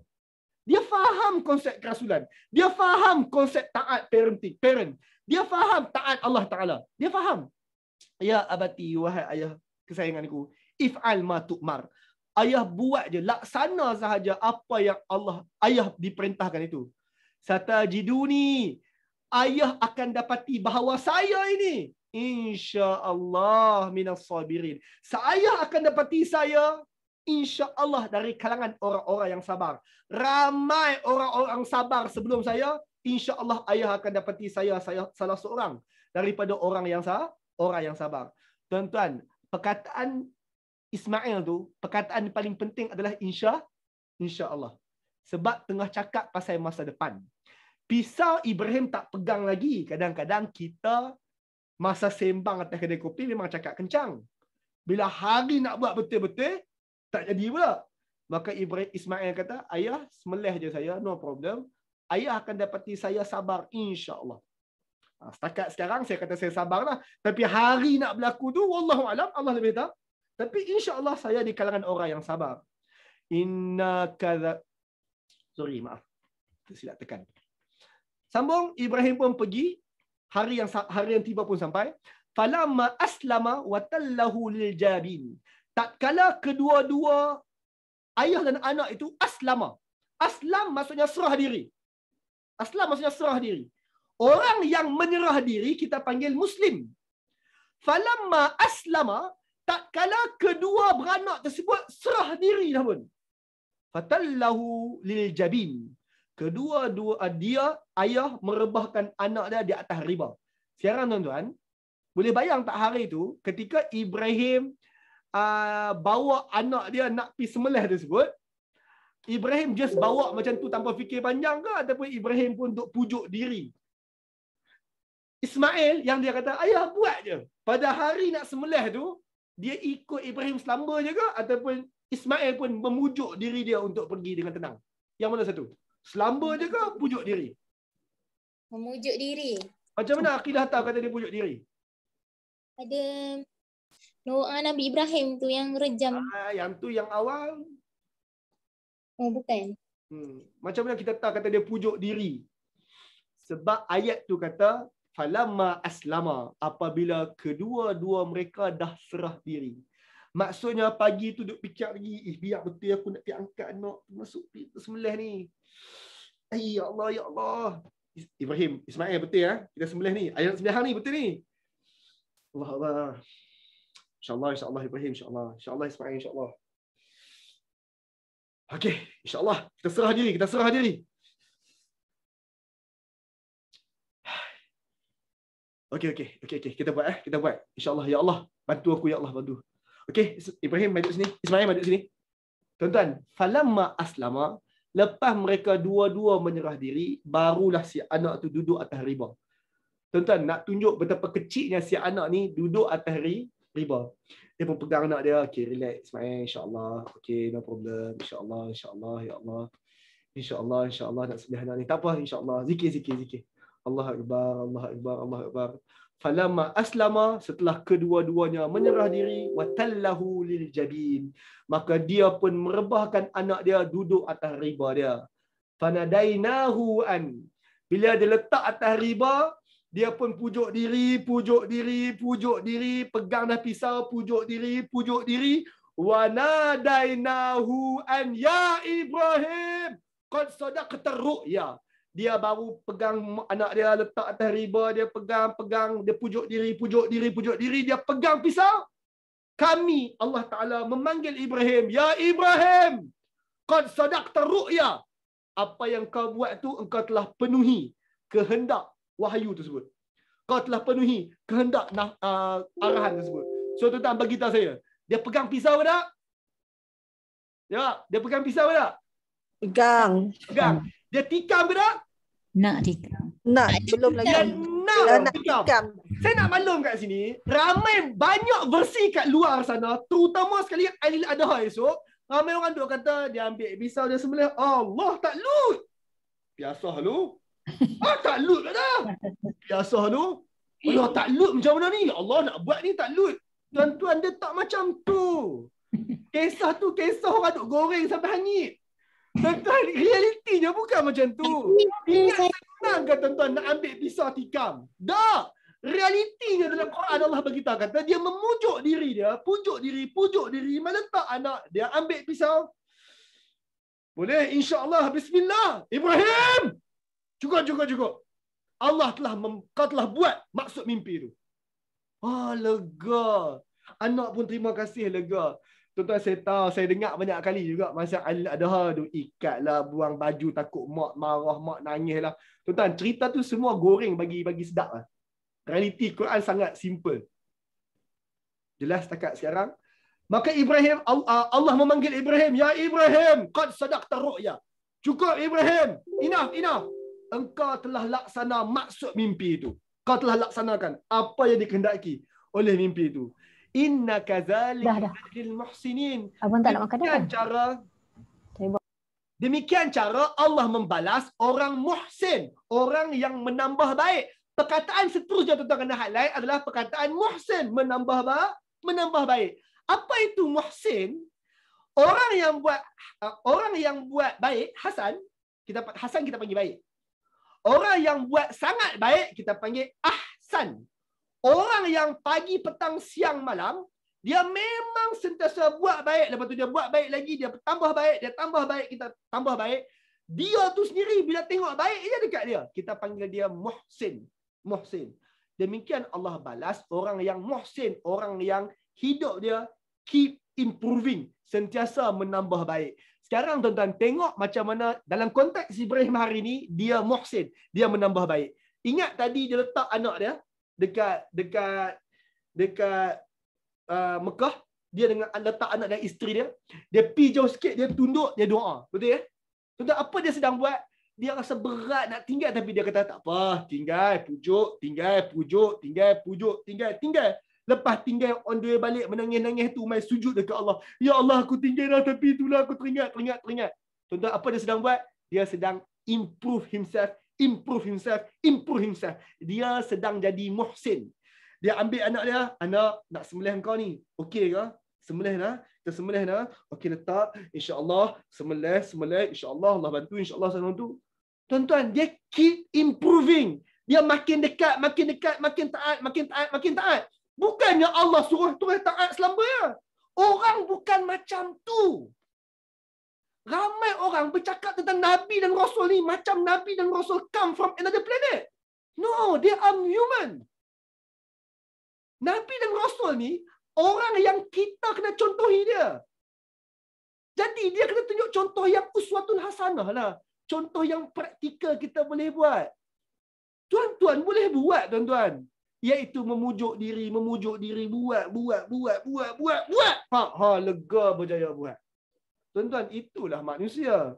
Inna kadzalika najzil muhsinin. Demikian cara Allah beri ganjaran kepada orang-orang muhsin macam Ibrahim. Inna hadza lahwal bala' mubin. Perintah Ibrahim sembelih anak tu. Oi bala', itu betul-betul ujian yang besar, mubin. Dahlah bala', ujian besar, mubin, dan jelas nampak sangat ujian dia. Wa fadainahu bi dhibhin azim, dan kami fidyahkan sembelihan itu dengan seekor binatang sembelihan yang besar. Tuan-tuan tahu fidyah kan? Allah panggil binatang yang mengganti Ismail tu sebagai fidyah. Wa fadainahu. Allah fidyah kan? Allah gantilah. Allah ganti. Tebus anak itu dengan seekor binatang sembelihan yang besar. So Ibrahim, tak apa, kau dah selesaikan tanggungjawab kau, niat engkau, arahan perintah untuk sembelih anak, sekarang ambil binatang ni, engkau sembelih binatang ini. Maka tuan-tuan, Ibrahim pun sembelih binatang tu. Dia pun lega, dia lulus ujian, anak dia lega, lulus ujian. Sekarang saya tanya tuan-tuan, anak dia kata awal tadi, ayah sembelih sahaja. Ayah akan dapati saya orang sabar. InsyaAllah. Sekarang saya tanya tuan-tuan, terbukti tak hari tu anak dia sabar? Jawab. Bukti. Ya. Tuan-tuan, terbukti itu kerana insya-Allah. InsyaAllah. Kalau tak ada insya-Allah, overconfident melampau ni tuan-tuan, hari itu memang ada masalah. Orang yang overconfident melampau dan dia punya overconfident tu bermain dengan agama. Siapa-siapa yang dia overconfident melampau dan dia punya overconfident tu duk bermain dengan agama. Tuan-tuan, hari benda tu berlaku, memang orang macam ni Allah akan uji dengan overconfident dia makan diri dia balik. Sebab tu orang Islam insya-Allah itu diajar. Dalam Quran 6 kali Allah sebut insya-Allah dan penekanan tentang sebut insya-Allah tu dalam surah Al-Kahfi. Sebab surah Al-Kahfi ni antara isu surah Al-Kahfi adalah bercakap tentang masa depan, which is akhir zaman. Dan ramai orang duk bayang kata, ramai dah hari ni semenjak COVID ni, ramai duk bayang kata mereka tu tentera Imam Mahdi lah. Ramai orang duk bayang kata Dajjal mana pula tampak macam tu lah. Setengah orang tu boleh baca-baca dah 2, 3, 4 hari lagi nak jadi apa? Berdasarkan ramalan tu ramalan ni. Tuan-tuan, perkataan insya-Allah tu penting bila bercakap tentang masa depan. Surah Al-Kahfi ajar benda tu. Dan antara surah yang bercakap tentang masa depan, tentang insya-Allah, 6 kali Quran sebut adalah surah ini. Insya-Allah. Fabadainahu bidhibn azim. Maka sembelih binatang tersebut. Selesai. Ada soalan setakat sekarang? Ada soalan setakat sekarang? Ustaz, saya tak tahu pasal air zam-zam semua tu. Air zam-zam tu Quran tak sebut. Jadi better kita tutup cerita tu kot. Sebab kalau kita masuk cerita zam-zam, dia tak nama Quran bercerita. Kalau ada masa, hujung lagi saya cerita. Wallahu a'lam. Ada soalan tambahan? Ustaz, saya nak tanya sikit, Ustaz. Siapa tu MHMR tu? Saya Hafiz. Muhammad Hafiz. Okey, Abang Hafiz. Ustaz, saya nak tanya sikit. Semasa Allah arahkan Nabi Ibrahim untuk sembelih Ismail tu kan? Hajar dia tahu tak benda tu? Wallahu alam, tak ada riwayat yang mengatakan bahawa Hajar ada bersama. Wallahu alam.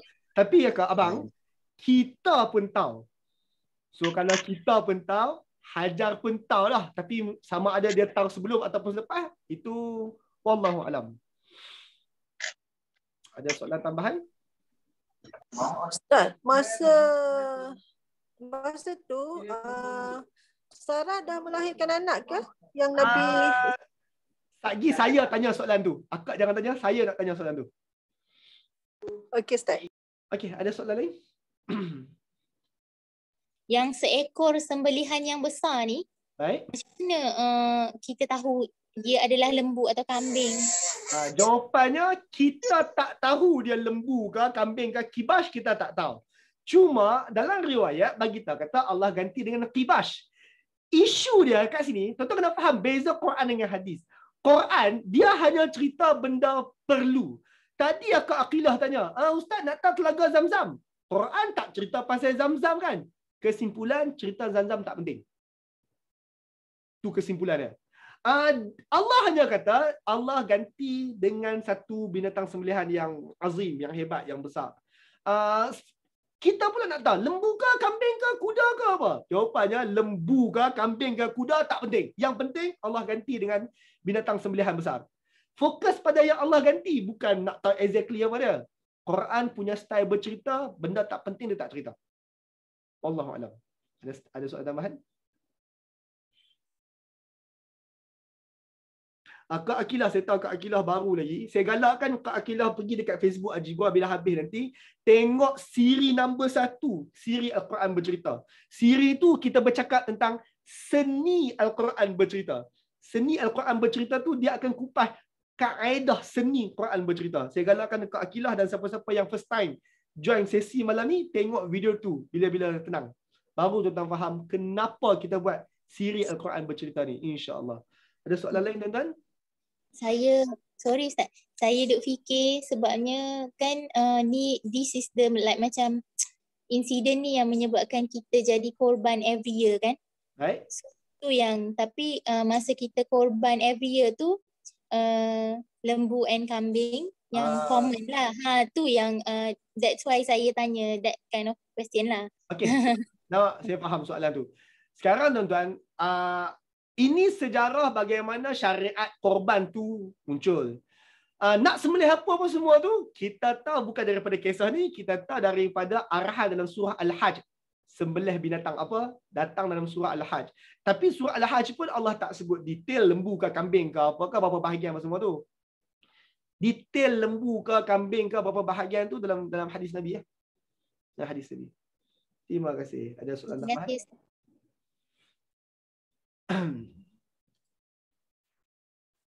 Ustaz. Ya, Abang Sobri. Dalam ayat awal tadi ada sebut berita gembira kepada Nabi Ibrahim dikurniakan anak lelaki yang sabar kan. Baik. Jadi awal lagi Allah dah sebut anak yang sabar tu lah. Pertama sekali kita tak boleh cakap macam tu bang, sebab kita sedang baca Quran, Allah report dekat kita. Allah bukan kata Ibrahim, Allah aku bagi dekat kau anak sabar. No, bukan Allah cakap kat Ibrahim macam tu. Tadi kita baca ayat penyata third party. Kita adalah audien ketiga. Allah bagi tahu kat kita, Ibrahim doa, maka kami bagi dekat Ibrahim anak lelaki yang halim, yang sangat sabar. Allah cerita dekat kita, bukan Allah bagi tahu kat Ibrahim. Ibrahim, hang doa macam tu, aku makbul bagi anak sabar kat hang. Tiding. Bukan Allah cerita macam tu kat Ibrahim. So walaupun tadi kita baca bahawa Allah bagi anak sabar dekat Ibrahim, tapi bukannya Allah bagi tahu kat Ibrahim, anak kau ni sabar Ibrahim. No. Oh. Okey. Simple je. Kalau ayat tu kata Allah berkata kepada Ibrahim, anak engkau nanti sabar. Baru kita boleh kata Ibrahim tahu. Tapi kalau ayat tu third party maksudnya sudut pandang ketiga, kata ganti diri ketiga, sebab Allah bercerita kepada kita, berarti Ibrahim tak dimaklumkanlah perkara tu. Terima kasih. Okey, terima kasih Ustaz. Sama-sama. Jadi alang-alang Abang Sobri tanya soalan tu, saya nak sebut sikit Tadi ketika Allah perkenalkan, ketika Allah perkenalkan Ismail, Allah kata Allah beri kepada Ibrahim ghulamun halim.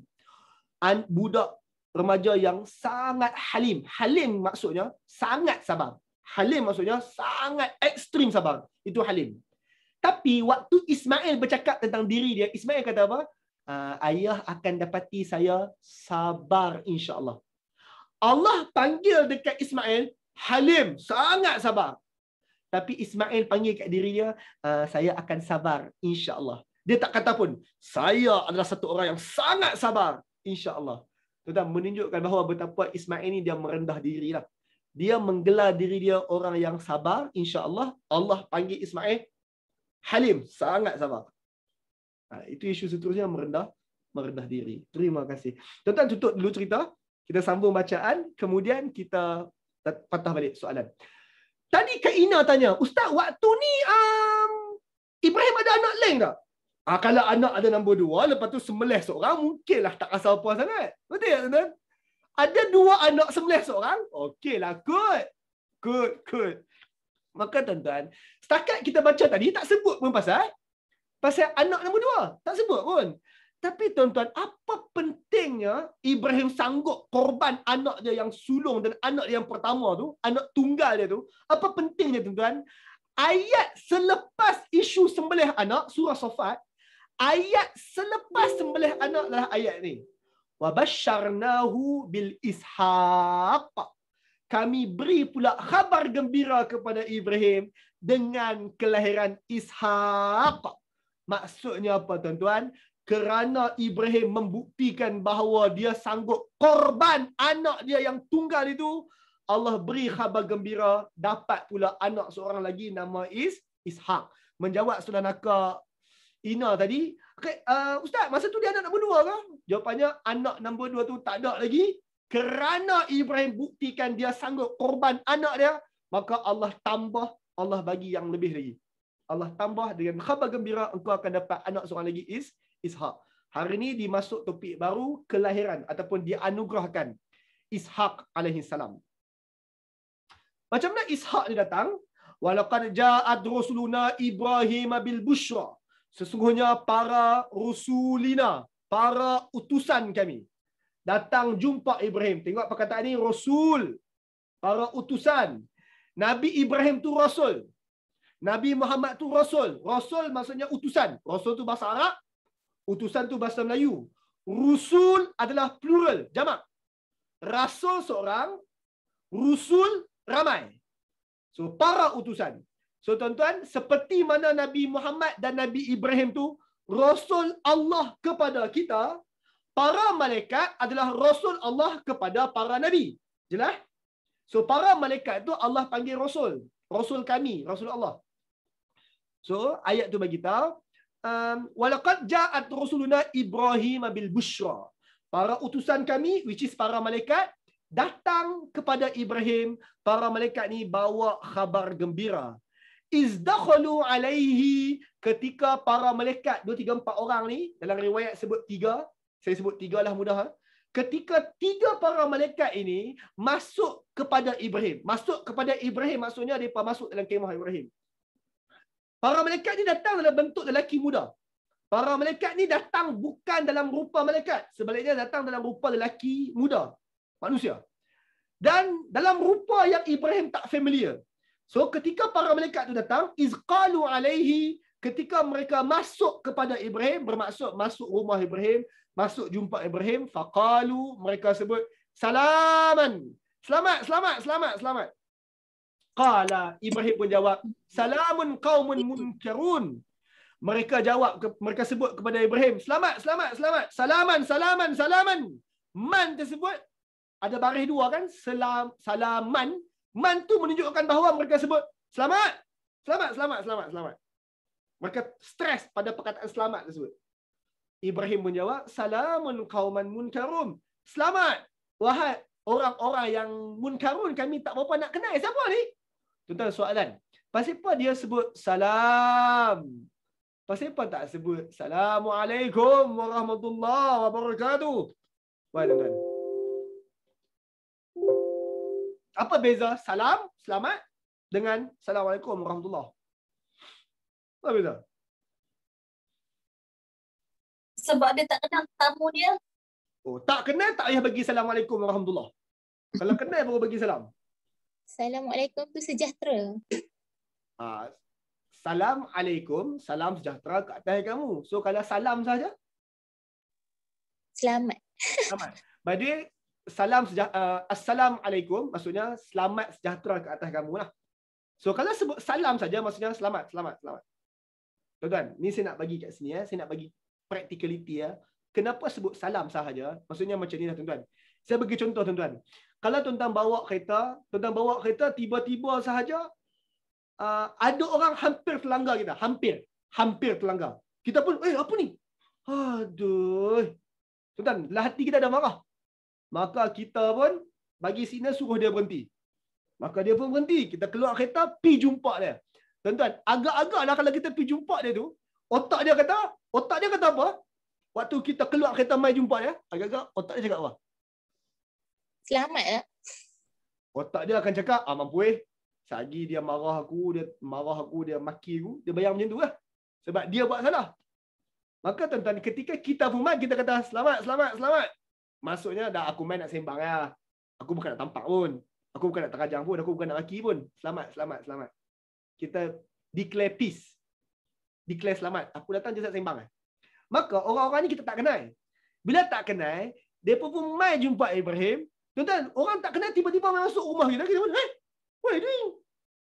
Maka tuan-tuan nak declare kata, no, saya bukan pencuri. Saya bukan buat apa. Saya ni mai niat elok. Maka cara nak buat macam mana? Selamat, selamat, selamat.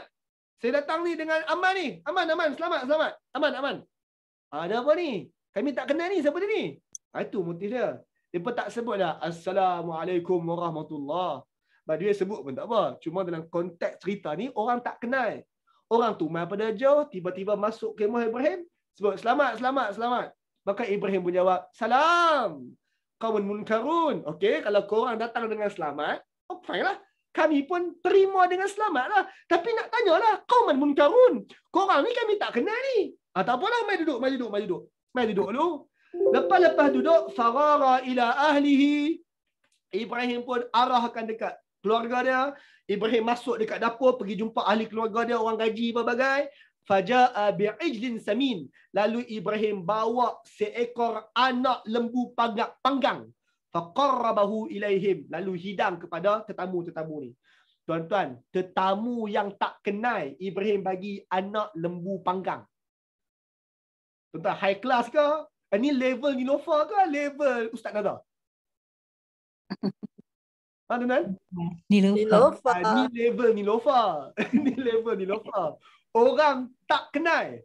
Tapi Ibrahim mampu untuk, ni ada tetamu tak kenal ni, boleh kot. Tuan-tuan, kalau tetamu tak kenal, dia hidang macam ni. Kalau pak mertua mai, dia hidang apa? Boleh bayang lah. So tuan-tuan, Ibrahim nak bagi tu, saya kata Ibrahim loaded. Dia orang yang steady dari segi kehidupan.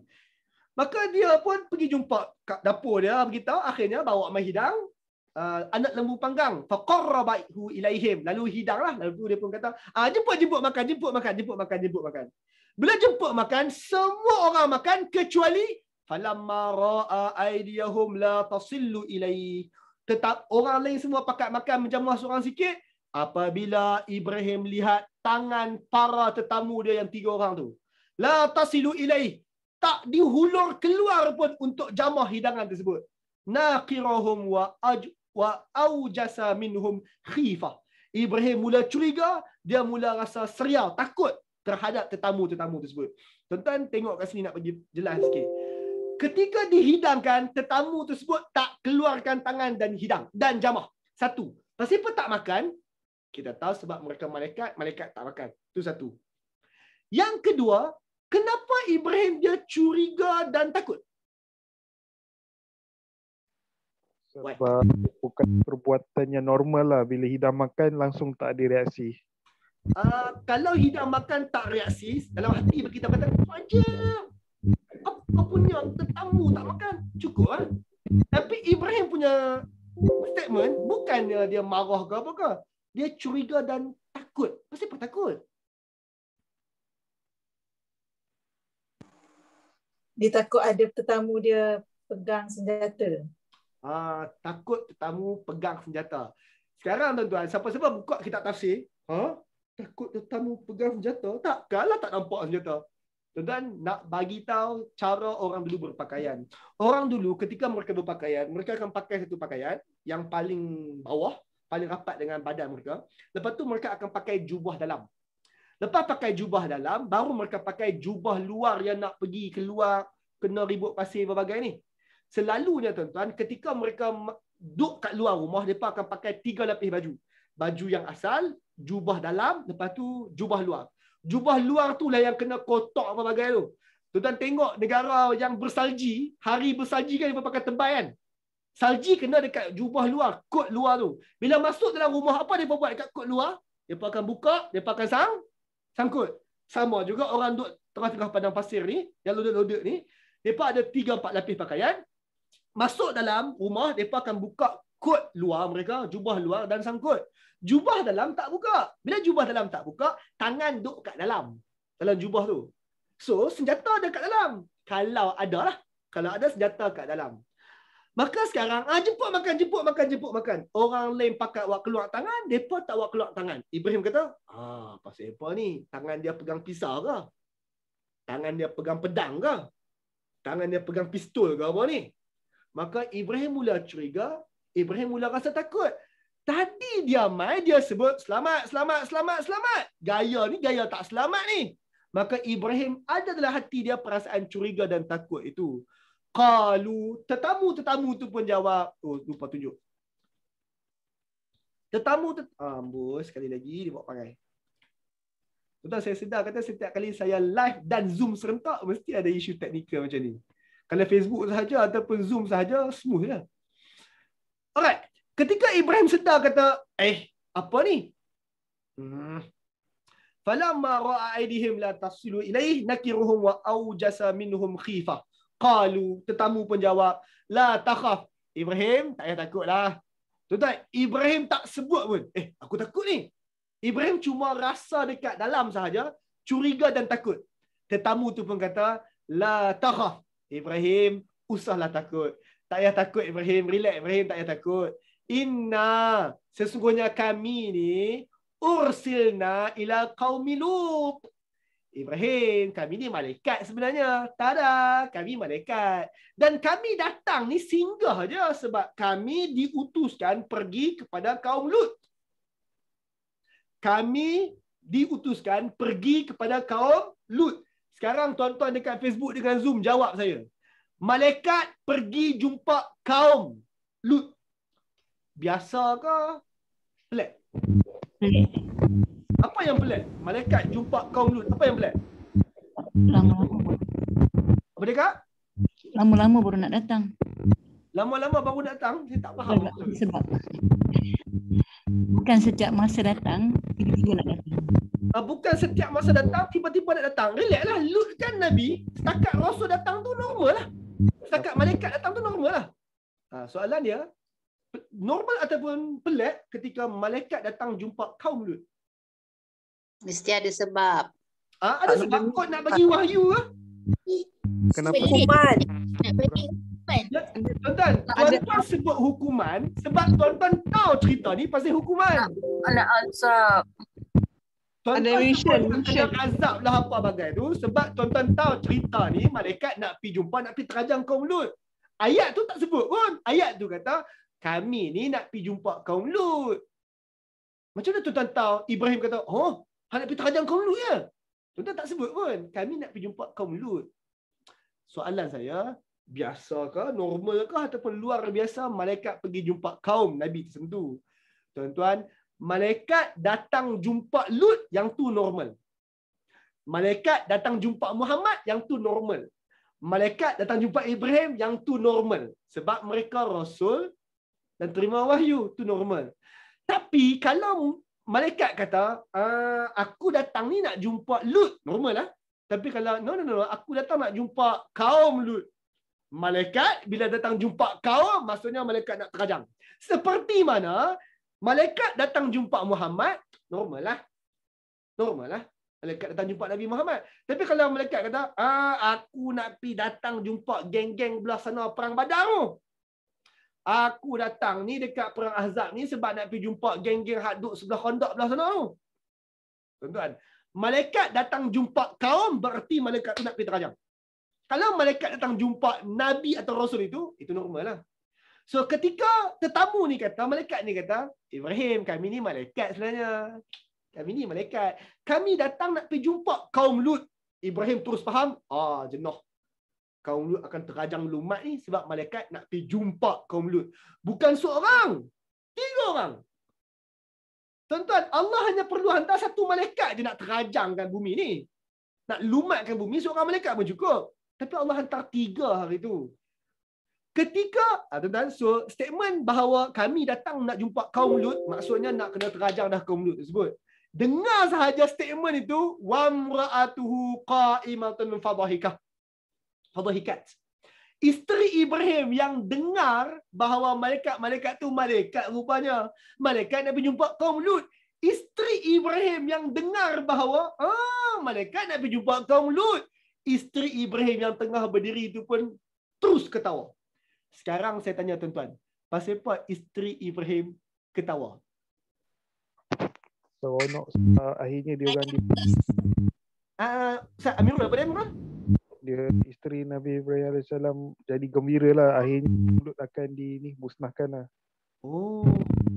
Sebab dia gembira isteri kaum Lut akan dimusnahkan. Tuan-tuan, statement tu betul ya? Tuan-tuan boleh terima? Isteri Lut gembira bahawa kaum Lut akan musnah. Dan isteri Nabi Ibrahim, Sarah. Isteri Ibrahim. Isteri Ibrahim, Sarah. Ini isteri Ibrahim Sarah, bukan isteri Ibrahim Hajar. Sebab ini di Kanaan. Maka isteri Ibrahim, Sarah, dia gembira. Gembira sebab akan dapat kaum Lut nak terajang dah. Soalannya betul ya? Salah. Pasal apa Kak Rodia? Sebab nak dapat Nabi Ishak. Akak, malaikat tu tak cakap lagi pun kau akan dapat Ishak. Ada dia. Malaikat tu tak cakap pun kau akan dapat Ishak. Malaikat tu kata, kami nak pergi jumpa kaum Lut.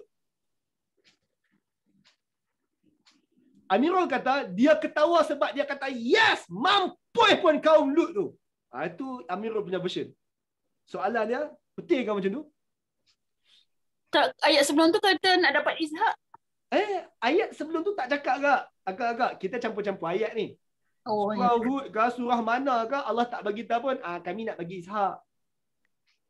Nak bagi Ishak tu, Allah cerita lepas isteri dia ketawa. Bermaksud tuan-tuan, tadi saya tanya tuan-tuan balik, para malaikat tu datang nak bawa apa? Awal tadi? Hukuman. Awal tadi ketika para malaikat kami datang jumpa Ibrahim bawa Khabar. Bawa busyra, bawa khabar gembira. Maka tuan-tuan, khabar gembira pertama adalah, tuan-tuan, ayat tadi kata, para utusan tu datang jumpa dia. Dia tu seorang, Ibrahim. Allah datang bawa, malaikat datang jumpa Ibrahim bawa khabar gembira. Jumpa siapa? Jumpa Ibrahim bawa khabar gembira. Apa khabar gembira dia? Tuan-tuan, khabar gembiranya adalah kaum Lut akan dimusnahkan. Tu khabar gembira dia. Maka isteri Ibrahim dengar, what? Para malaikat nak pergi terajang kaum Lut? Yes! Mati pun buat-buat tu.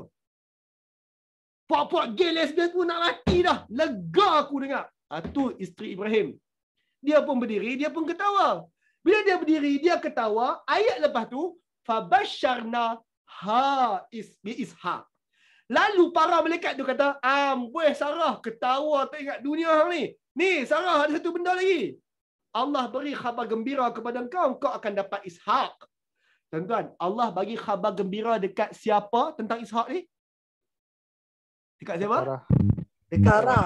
Bukan dekat Ibrahim. Dekat Sarah. Sekarang tuan-tuan, pasal apa bukan dekat Ibrahim? Padahal awal tadi para utusan kata, Allah kata, para utusan datang jumpa Ibrahim bawa khabar gembira. Khabar gembiranya apa? Mula dengan dimusnahkan kaum Lut.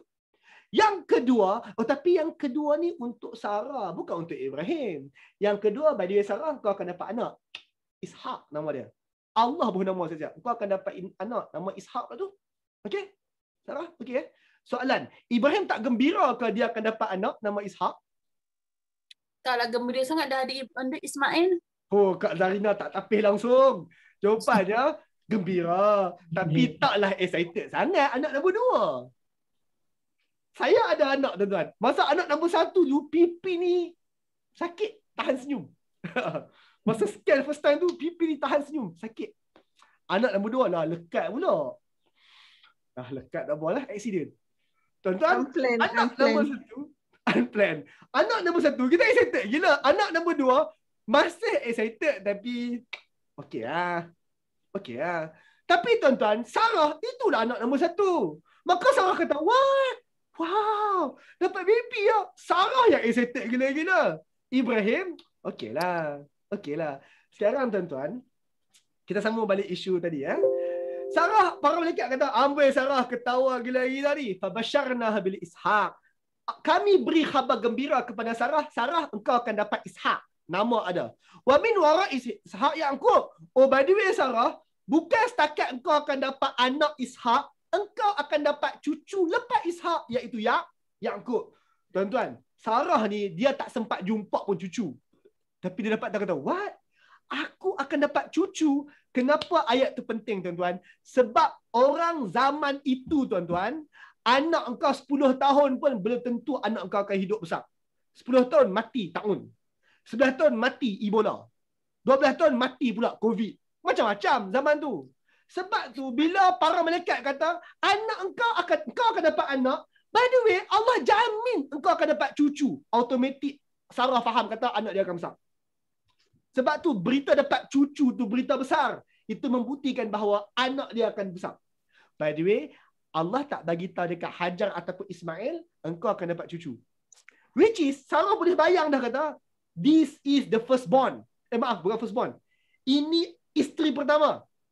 So sekarang, dia ada argument, keturunan Ibrahim akan sambung, legasi Ibrahim akan sambung anak mana? Sebab isteri pertama aku, cuma anak pertama isteri belah sana. Maka tuan-tuan, ada debate jalur Ibrahim, tugas kenabian ni akan waris dekat jalur belah mana? Argument tu ada muncul. Kalau ikutkan anak sulung Ismail, tapi dia isteri nombor 2. Tapi yang pentingnya ayat ni memberi hint bahawa belah engkau yang akan dapat cucu. Sebab tu Ishak dah Sarah dah gila-gila seronok ya. Sarah pun jawab, qalat ya wailati.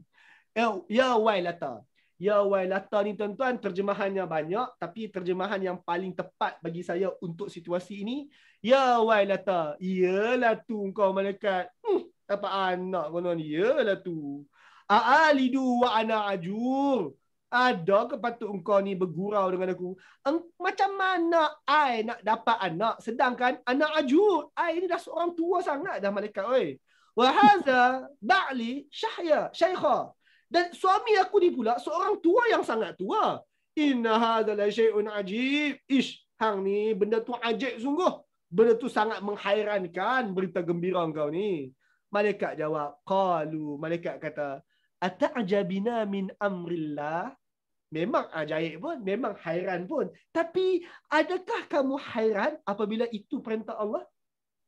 Tuan-tuan, ia satu benda yang ajaib, hairan kalau orang lain buat. Tapi bila Allah yang buat, Allah buat, okey, tak pelik.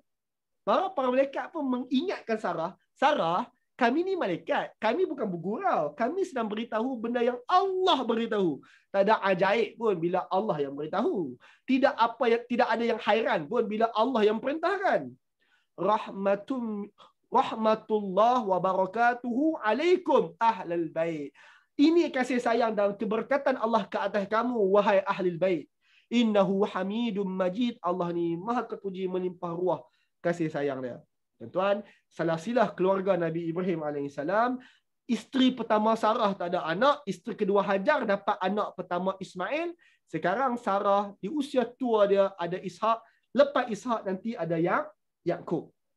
Isteri pertama Sarah tapi anak pertama belah sana Ismail. Tuan-tuan, tadi Allah kata laqad ja'at rasuluna Ibrahim bil busyra. Apa berita gembira tu? Apa busyra itu? Jawab Ustaz. Apa berita gembira untuk Ibrahim? Nombor 1? Kepunan kepada kaum Lut.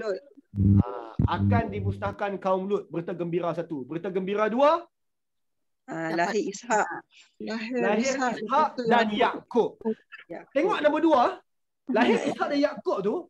Tadi tuan-tuan baca, siapa dia yang excited lebih, tanya lebih-lebih? Ibrahim ke Ismail? Ibrahim ke Sarah yang tanya lebih-lebih? Sarah. Nombor 2 tu, berita nombor 2 tu Sarah yang tanya lebih-lebih. Ibrahim nak tanya apa? Ibrahim tanya hak nombor 1. Ibrahim tak tanya nombor 2. Ibrahim tanya nombor 1. Falamma zahaba an Ibrahim ar-raw' wa ja'atuhu al-busyra. Tatkala telah hilang ketakutan dari Ibrahim, telah disampaikan kepada Ibrahim berita gembira itu. Yujadiluna fil qaumi Lut. Dia berhujah berkenaan dengan kaum Lut dengan kami. Tuan-tuan, nampak tak? Instead of berita gembira yang dimaksudkan ni bukan anak dia. Sebab tu dia berhujah tentang kaum Lut. Berarti berita gembira tu merujuk kepada kemusnahan kaum Lut. Maka akhirnya Ibrahim pun berhujah bersama tentang kami berkenaan kaum Lut. Berhujah apa tuan-tuan? Quran tak detailkanlah apa yang Ibrahim hujahkan dengan Allah Ta'ala. Tapi tuan-tuan, dalam riwayat, dalam kitab sirah kita, dan riwayat ini juga ada dalam Bible, ini apa yang Ibrahim hujahkan. Ibrahim kata, ya Allah, kaum Lut tu sebelah sana aja. Kau nak musnahkan? Sebelah sana aja. Ya Allah, kalau ada 100 orang beriman pun kau nak musnahkan ke? Allah kata, fine. Kalau ada 100 orang beriman, kami tak musnahkan. Okey. Kalau ada 100 orang beriman, tak musnah. Tapi adakah 100 orang beriman dalam tempat tu? Ya Allah, kalau ada 50 orang beriman pun kena musnahkan ke? Okey Ibrahim, kalau ada 50 orang beriman kota Sodom, aku tak musnahkan. Okey. Tapi 50 macam banyak. Kalau ada 10 orang beriman, kau musnahkan tak? Okey, fine. Kalau kota itu ada 10 orang beriman, aku tak musnahkan. Siapa dia 10 orang beriman? Ibrahim tak boleh kira 10 orang beriman. Maka Ibrahim kata, ya Allah, kalau ada satu orang beriman dalam kota tu, kamu musnahkan tak? Kalau ada satu orang beriman dalam kota tu, kamu musnahkan tak? Maka tuan-tuan, mereka kata, okey Ibrahim, fine. Ada seorang orang beriman dalam kota tu, kami tak akan musnahkan. Ketika Ibrahim sebut, ketika Allah cakap, alright fine, kalau ada satu orang beriman, Allah tak musnahkan, apa respon Ibrahim? Inna fiha luta. Ya Allah, dalam kota tu ada Lut. Dalam kota yang kau nak musnahkan tu ada Lut. Qalu, Allah jawab, Ibrahim, nahnu a'lam biman fiha. Ibrahim, tak payah bagi tahu, kami lebih tahu siapa yang ada dalam kota tu. Tadi Allah kata, kalau ada seorang orang beriman dalam kota tu, Allah tak musnahkan. Oleh sebab Lut ada, Allah keluarkan Lut dan Allah musnahkan. La nunajjiyannahu wa ahlahu illa imra'atah. Anyway, Ibrahim, fine. Kami lebih tahu siapa yang ada dalam kota itu. Kami akan selamatkan Lut bersama ahli keluarga Lut. Kami selamatkan. Isteri dia hak seorang tu kami tak selamatkan. Kanat minal ghabirin. Isteri dia antara yang tertinggal. Jadi sekarang saya tanya tuan-tuan. Isteri Lut tak selamat, Nabi Allah Ibrahim dah tahu ke tidak? Dah tahu. Sebelum sesaan datang, Ibrahim tahu. Oh, keluarga Ibrahim, keluarga Lut, semua selamat kecuali isteri Lut tak selamat. Tuan-tuan, apa yang berlaku ini sebiji macam kerisauan Ibrahim. Apa kerisauan Ibrahim? Yang awal tadi, ya Allah, siapa ahli keluarga aku ikut aku, dia part of aku. Tapi siapa-siapa yang tak ikut aku tu, kau kan maha pengampun. Maka tuan-tuan, berlaku dekat, nak panggil apa? Anak saudara, isteri anak saudara dia, iaitu isteri Lut. Allah kata, no Ibrahim, isteri Lut Allah tak mampun. Allah akan jadikan isteri Lut antara yang tertinggal. Dekat sini kita boleh lihat tuan-tuan, bagaimana doa seorang Nabi pun tak menyelamatkan orang yang kafir kepada Allah. Syirik kepada Allah. Doa seorang Nabi juga tak menyelamatkan. Seperti mana doa Nuh tak menyelamatkan anak dia, doa Ibrahim tak menyelamatkan mana-mana ahli keluarga dia. Ada dua ahli keluarga Ibrahim yang rentung dalam neraka. Satu, ayah dia, Azar. Dua, isteri kepada anak saudara dia iaitu isteri Lut. Padahal doa tu doa Ibrahim. Maka Allah bagi tahu kata, okay Ibrahim, no. Isteri Lut akan masuk neraka, kami akan tinggalkan dia untuk musnah bersama dengan penduduk kota tu. Ya Ibrahim, a'rid an haza. Ibrahim, enough Ibrahim, cukup. Tak payah nak debate panjang-panjang berkenaan dengan kaum Ibrahim, kaum Lut ni. Jangan hirau lagi perkara ni. Innahu qad ja'a amruna rabbik. Sesungguhnya perkara ini perintah Tuhan engkau. Wa innahum atihim azabun ghairul mardud. Hukuman akan datang, tak akan ditangkis lagi hukuman untuk kota Sadum tersebut. Penduduk kaum Lut tersebut. Tuan-tuan, lihat bagaimana Ibrahim, dia duk backup, dia cuba nak delay, dia cuba nak tarik balik sesaan tersebut. Tapi bila Allah kata, a'rid an haza. Stop, jangan bicara lagi. Jangan jadi orang tengah pula nak nego tentang kaum Lut. Tuan-tuan, bila Allah kata stop, jangan bincang lagi. Apa Ibrahim buat? Tuan-tuan, ketika Allah kata stop, jangan bincang lagi pasal kaum tu. Enough. Apa Ibrahim buat? Stop. Berhenti. Ibrahim taat, Ibrahim stop. Itu penting. Topik kita ketaatan Ibrahim. Bila Allah kata enough is enough. Maka Ibrahim pun okey. Bila Allah kata enough, aku berhenti, maka Ibrahim pun reba untuk kota tersebut dimusnahkan. Konsep sama tuan-tuan. Allah kata sembelih, dia pun kata okey, sembelih. Pak, dia sembelih. Tinggal. Maka dia kata okey, tinggal anak, tinggal bini, tinggal anak, tinggal bini. Pak, dia tinggal. Nak musnah? Janganlah bagi musnah. Okey. Bagilah musnah. Relax Ibrahim. Bagilah musnah, tak apalah. Konsep yang sama, Ibrahim sangat konsisten. Dia muhsin, dia memujuk diri dia untuk pergi lebih baik. Dia sangat taat. Jelas tuan-tuan? Satu soalan cepu mas sebelum kita habis. Ibrahim ni dia pernah ragu tak terhadap Allah Ta'ala? Pernah. Bila Kak Zarina Ibrahim ragu? Yang dia tanya suruh berikan tu, yang lepas tu Allah suruh belah cari burung tu, dicincang-cincang. Sembang pasal burung yang dicincang. Maka tuan-tuan, kita masuk topik akhir hari ini. Topik akhir hari ini adalah taat dalam ragu. Ibrahim ni duduk sembang taat. Dia tak pernah ragu langsung ke? Dia tak pernah pertikaian langsung ke? Tuan-tuan, isu taat dalam keraguan. Wa iz qala Ibrahim, ketika Ibrahim berkata, Rabb, wahai Tuhan, arini kaifa tuhil mauta. Ya Allah, boleh tak engkau tunjuk dekat aku bagaimana, perlihatkan kepada aku, kau tunjuk depan mata aku, bagaimana kau hidupkan sesuatu yang mati. Please, tunjuk kat aku. Qala, Allah pun tanya Ibrahim, awalam tu'min? Ibrahim, kau belum beriman lagi ya?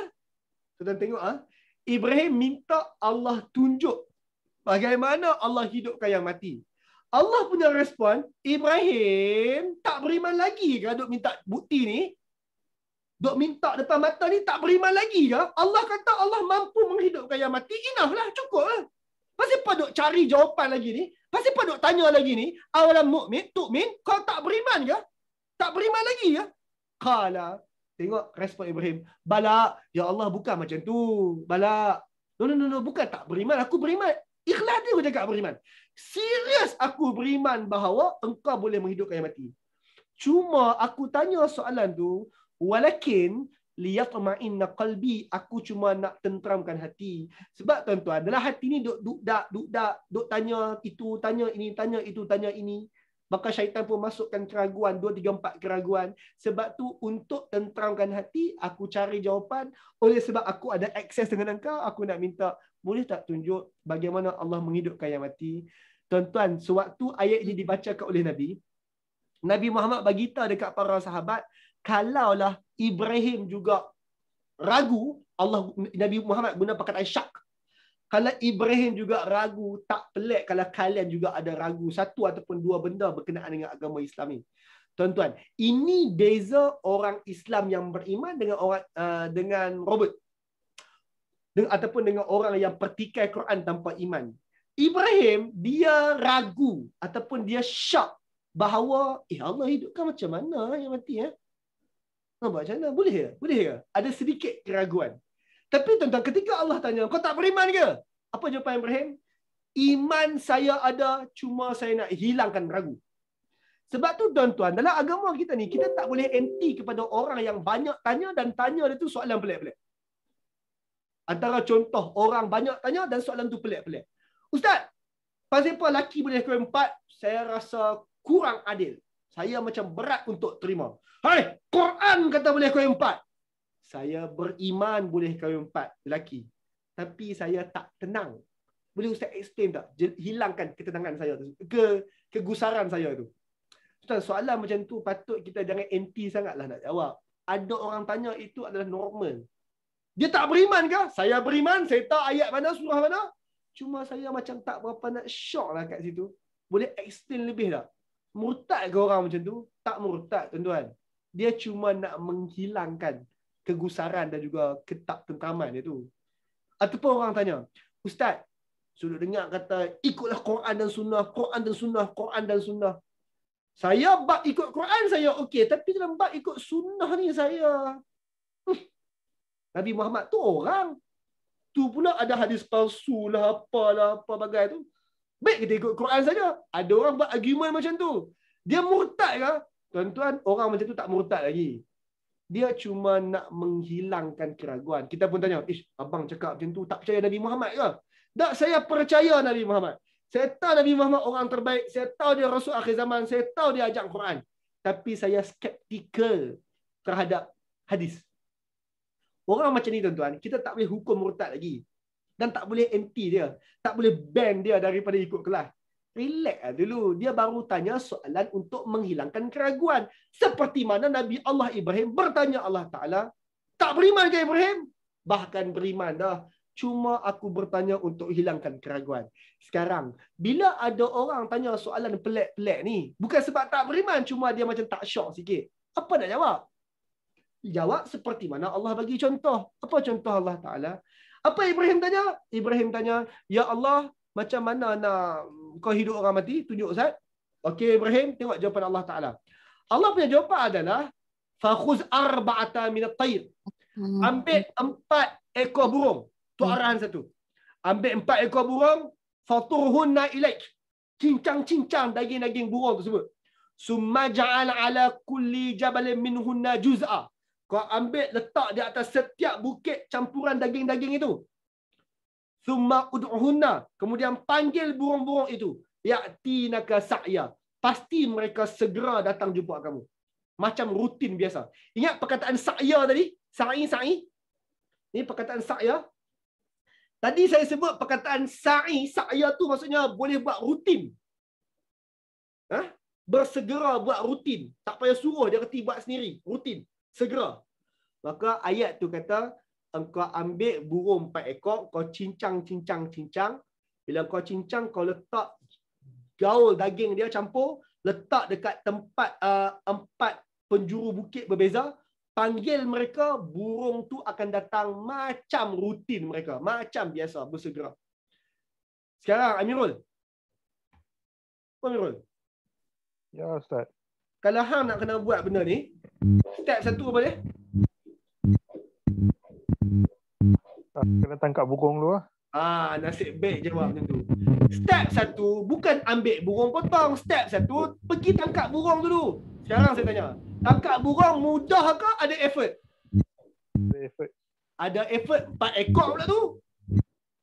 Step nombor 2? Step nombor 2 baru ni lah. Sembelih lepas tu cincang. No. Salah. Bukan sembelih dan cincang. Step nombor 2 apa tuan-tuan?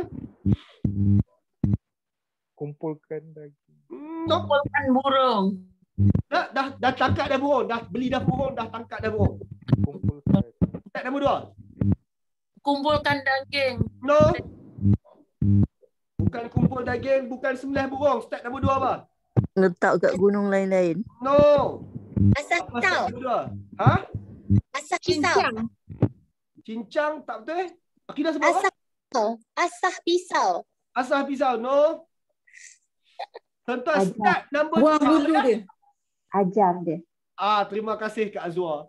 Tuan-tuan, step nombor 1, pi tangkap burung, dapat 4 ekor.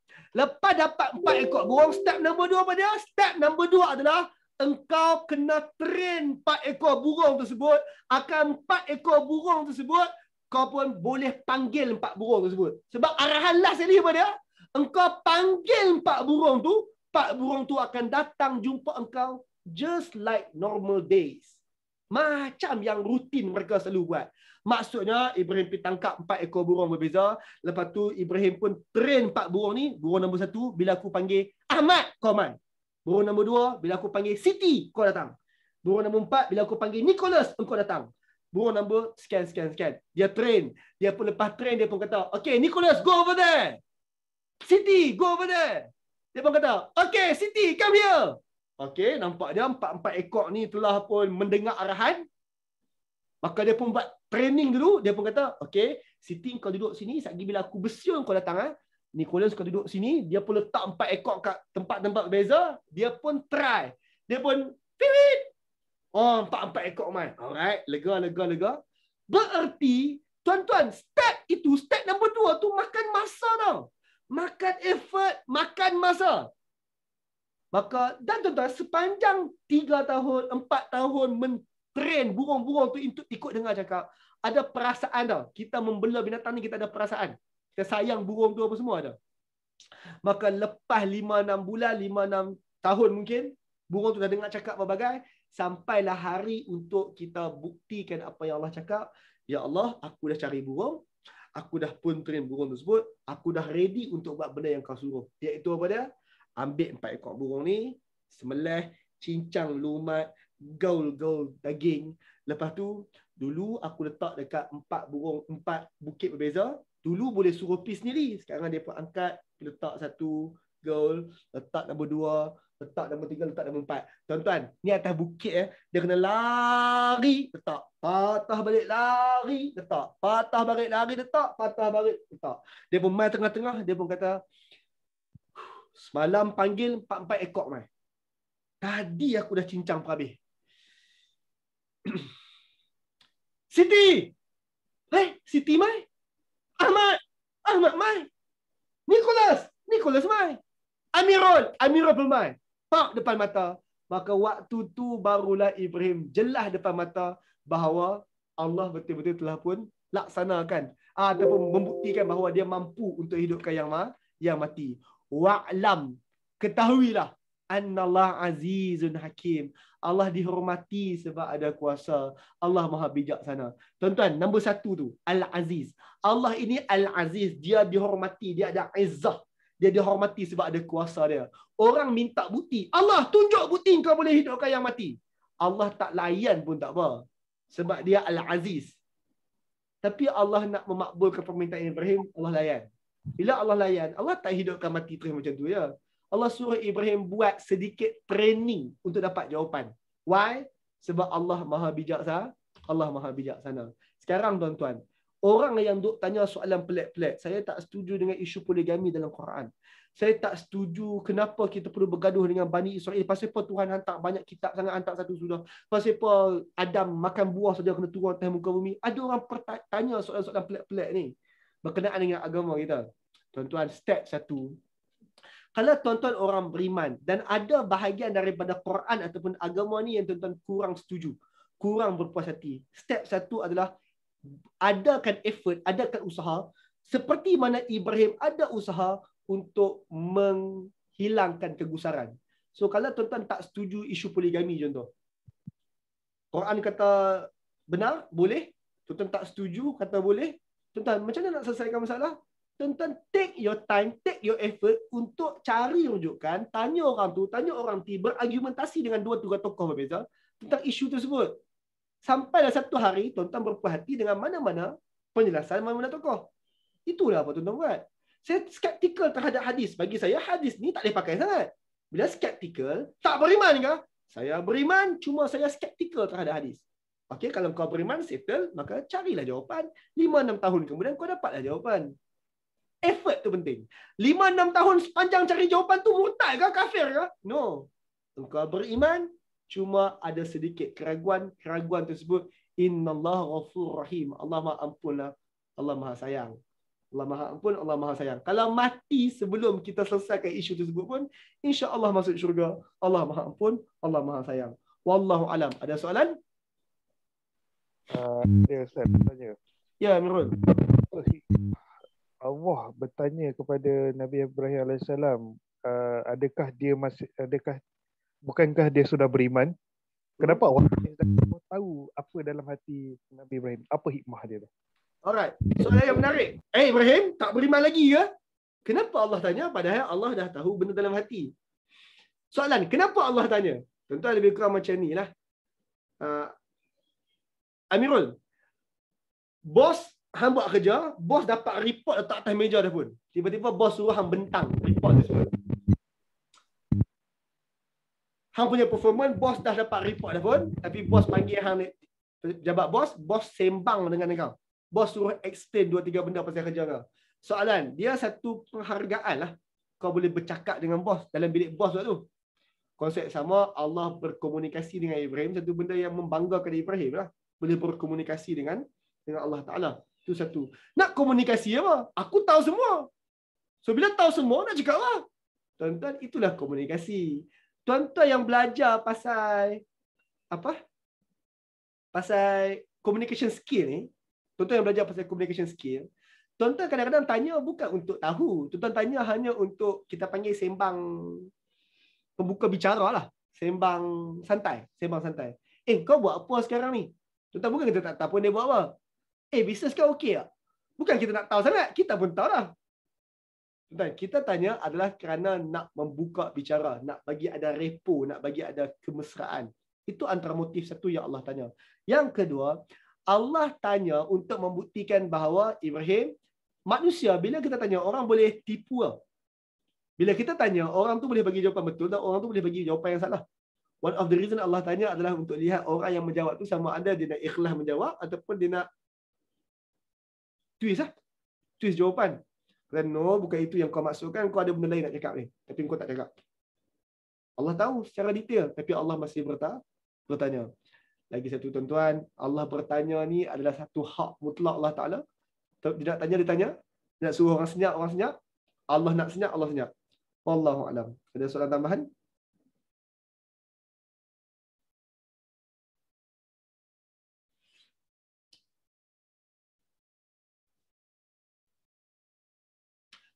Saya rasa tak ada soalan tambahan. Bila tak ada soalan tambahan, maka insya-Allah tuan-tuan kita jumpa untuk siri yang akan datang, dan ini siri yang akan datang. Siri akan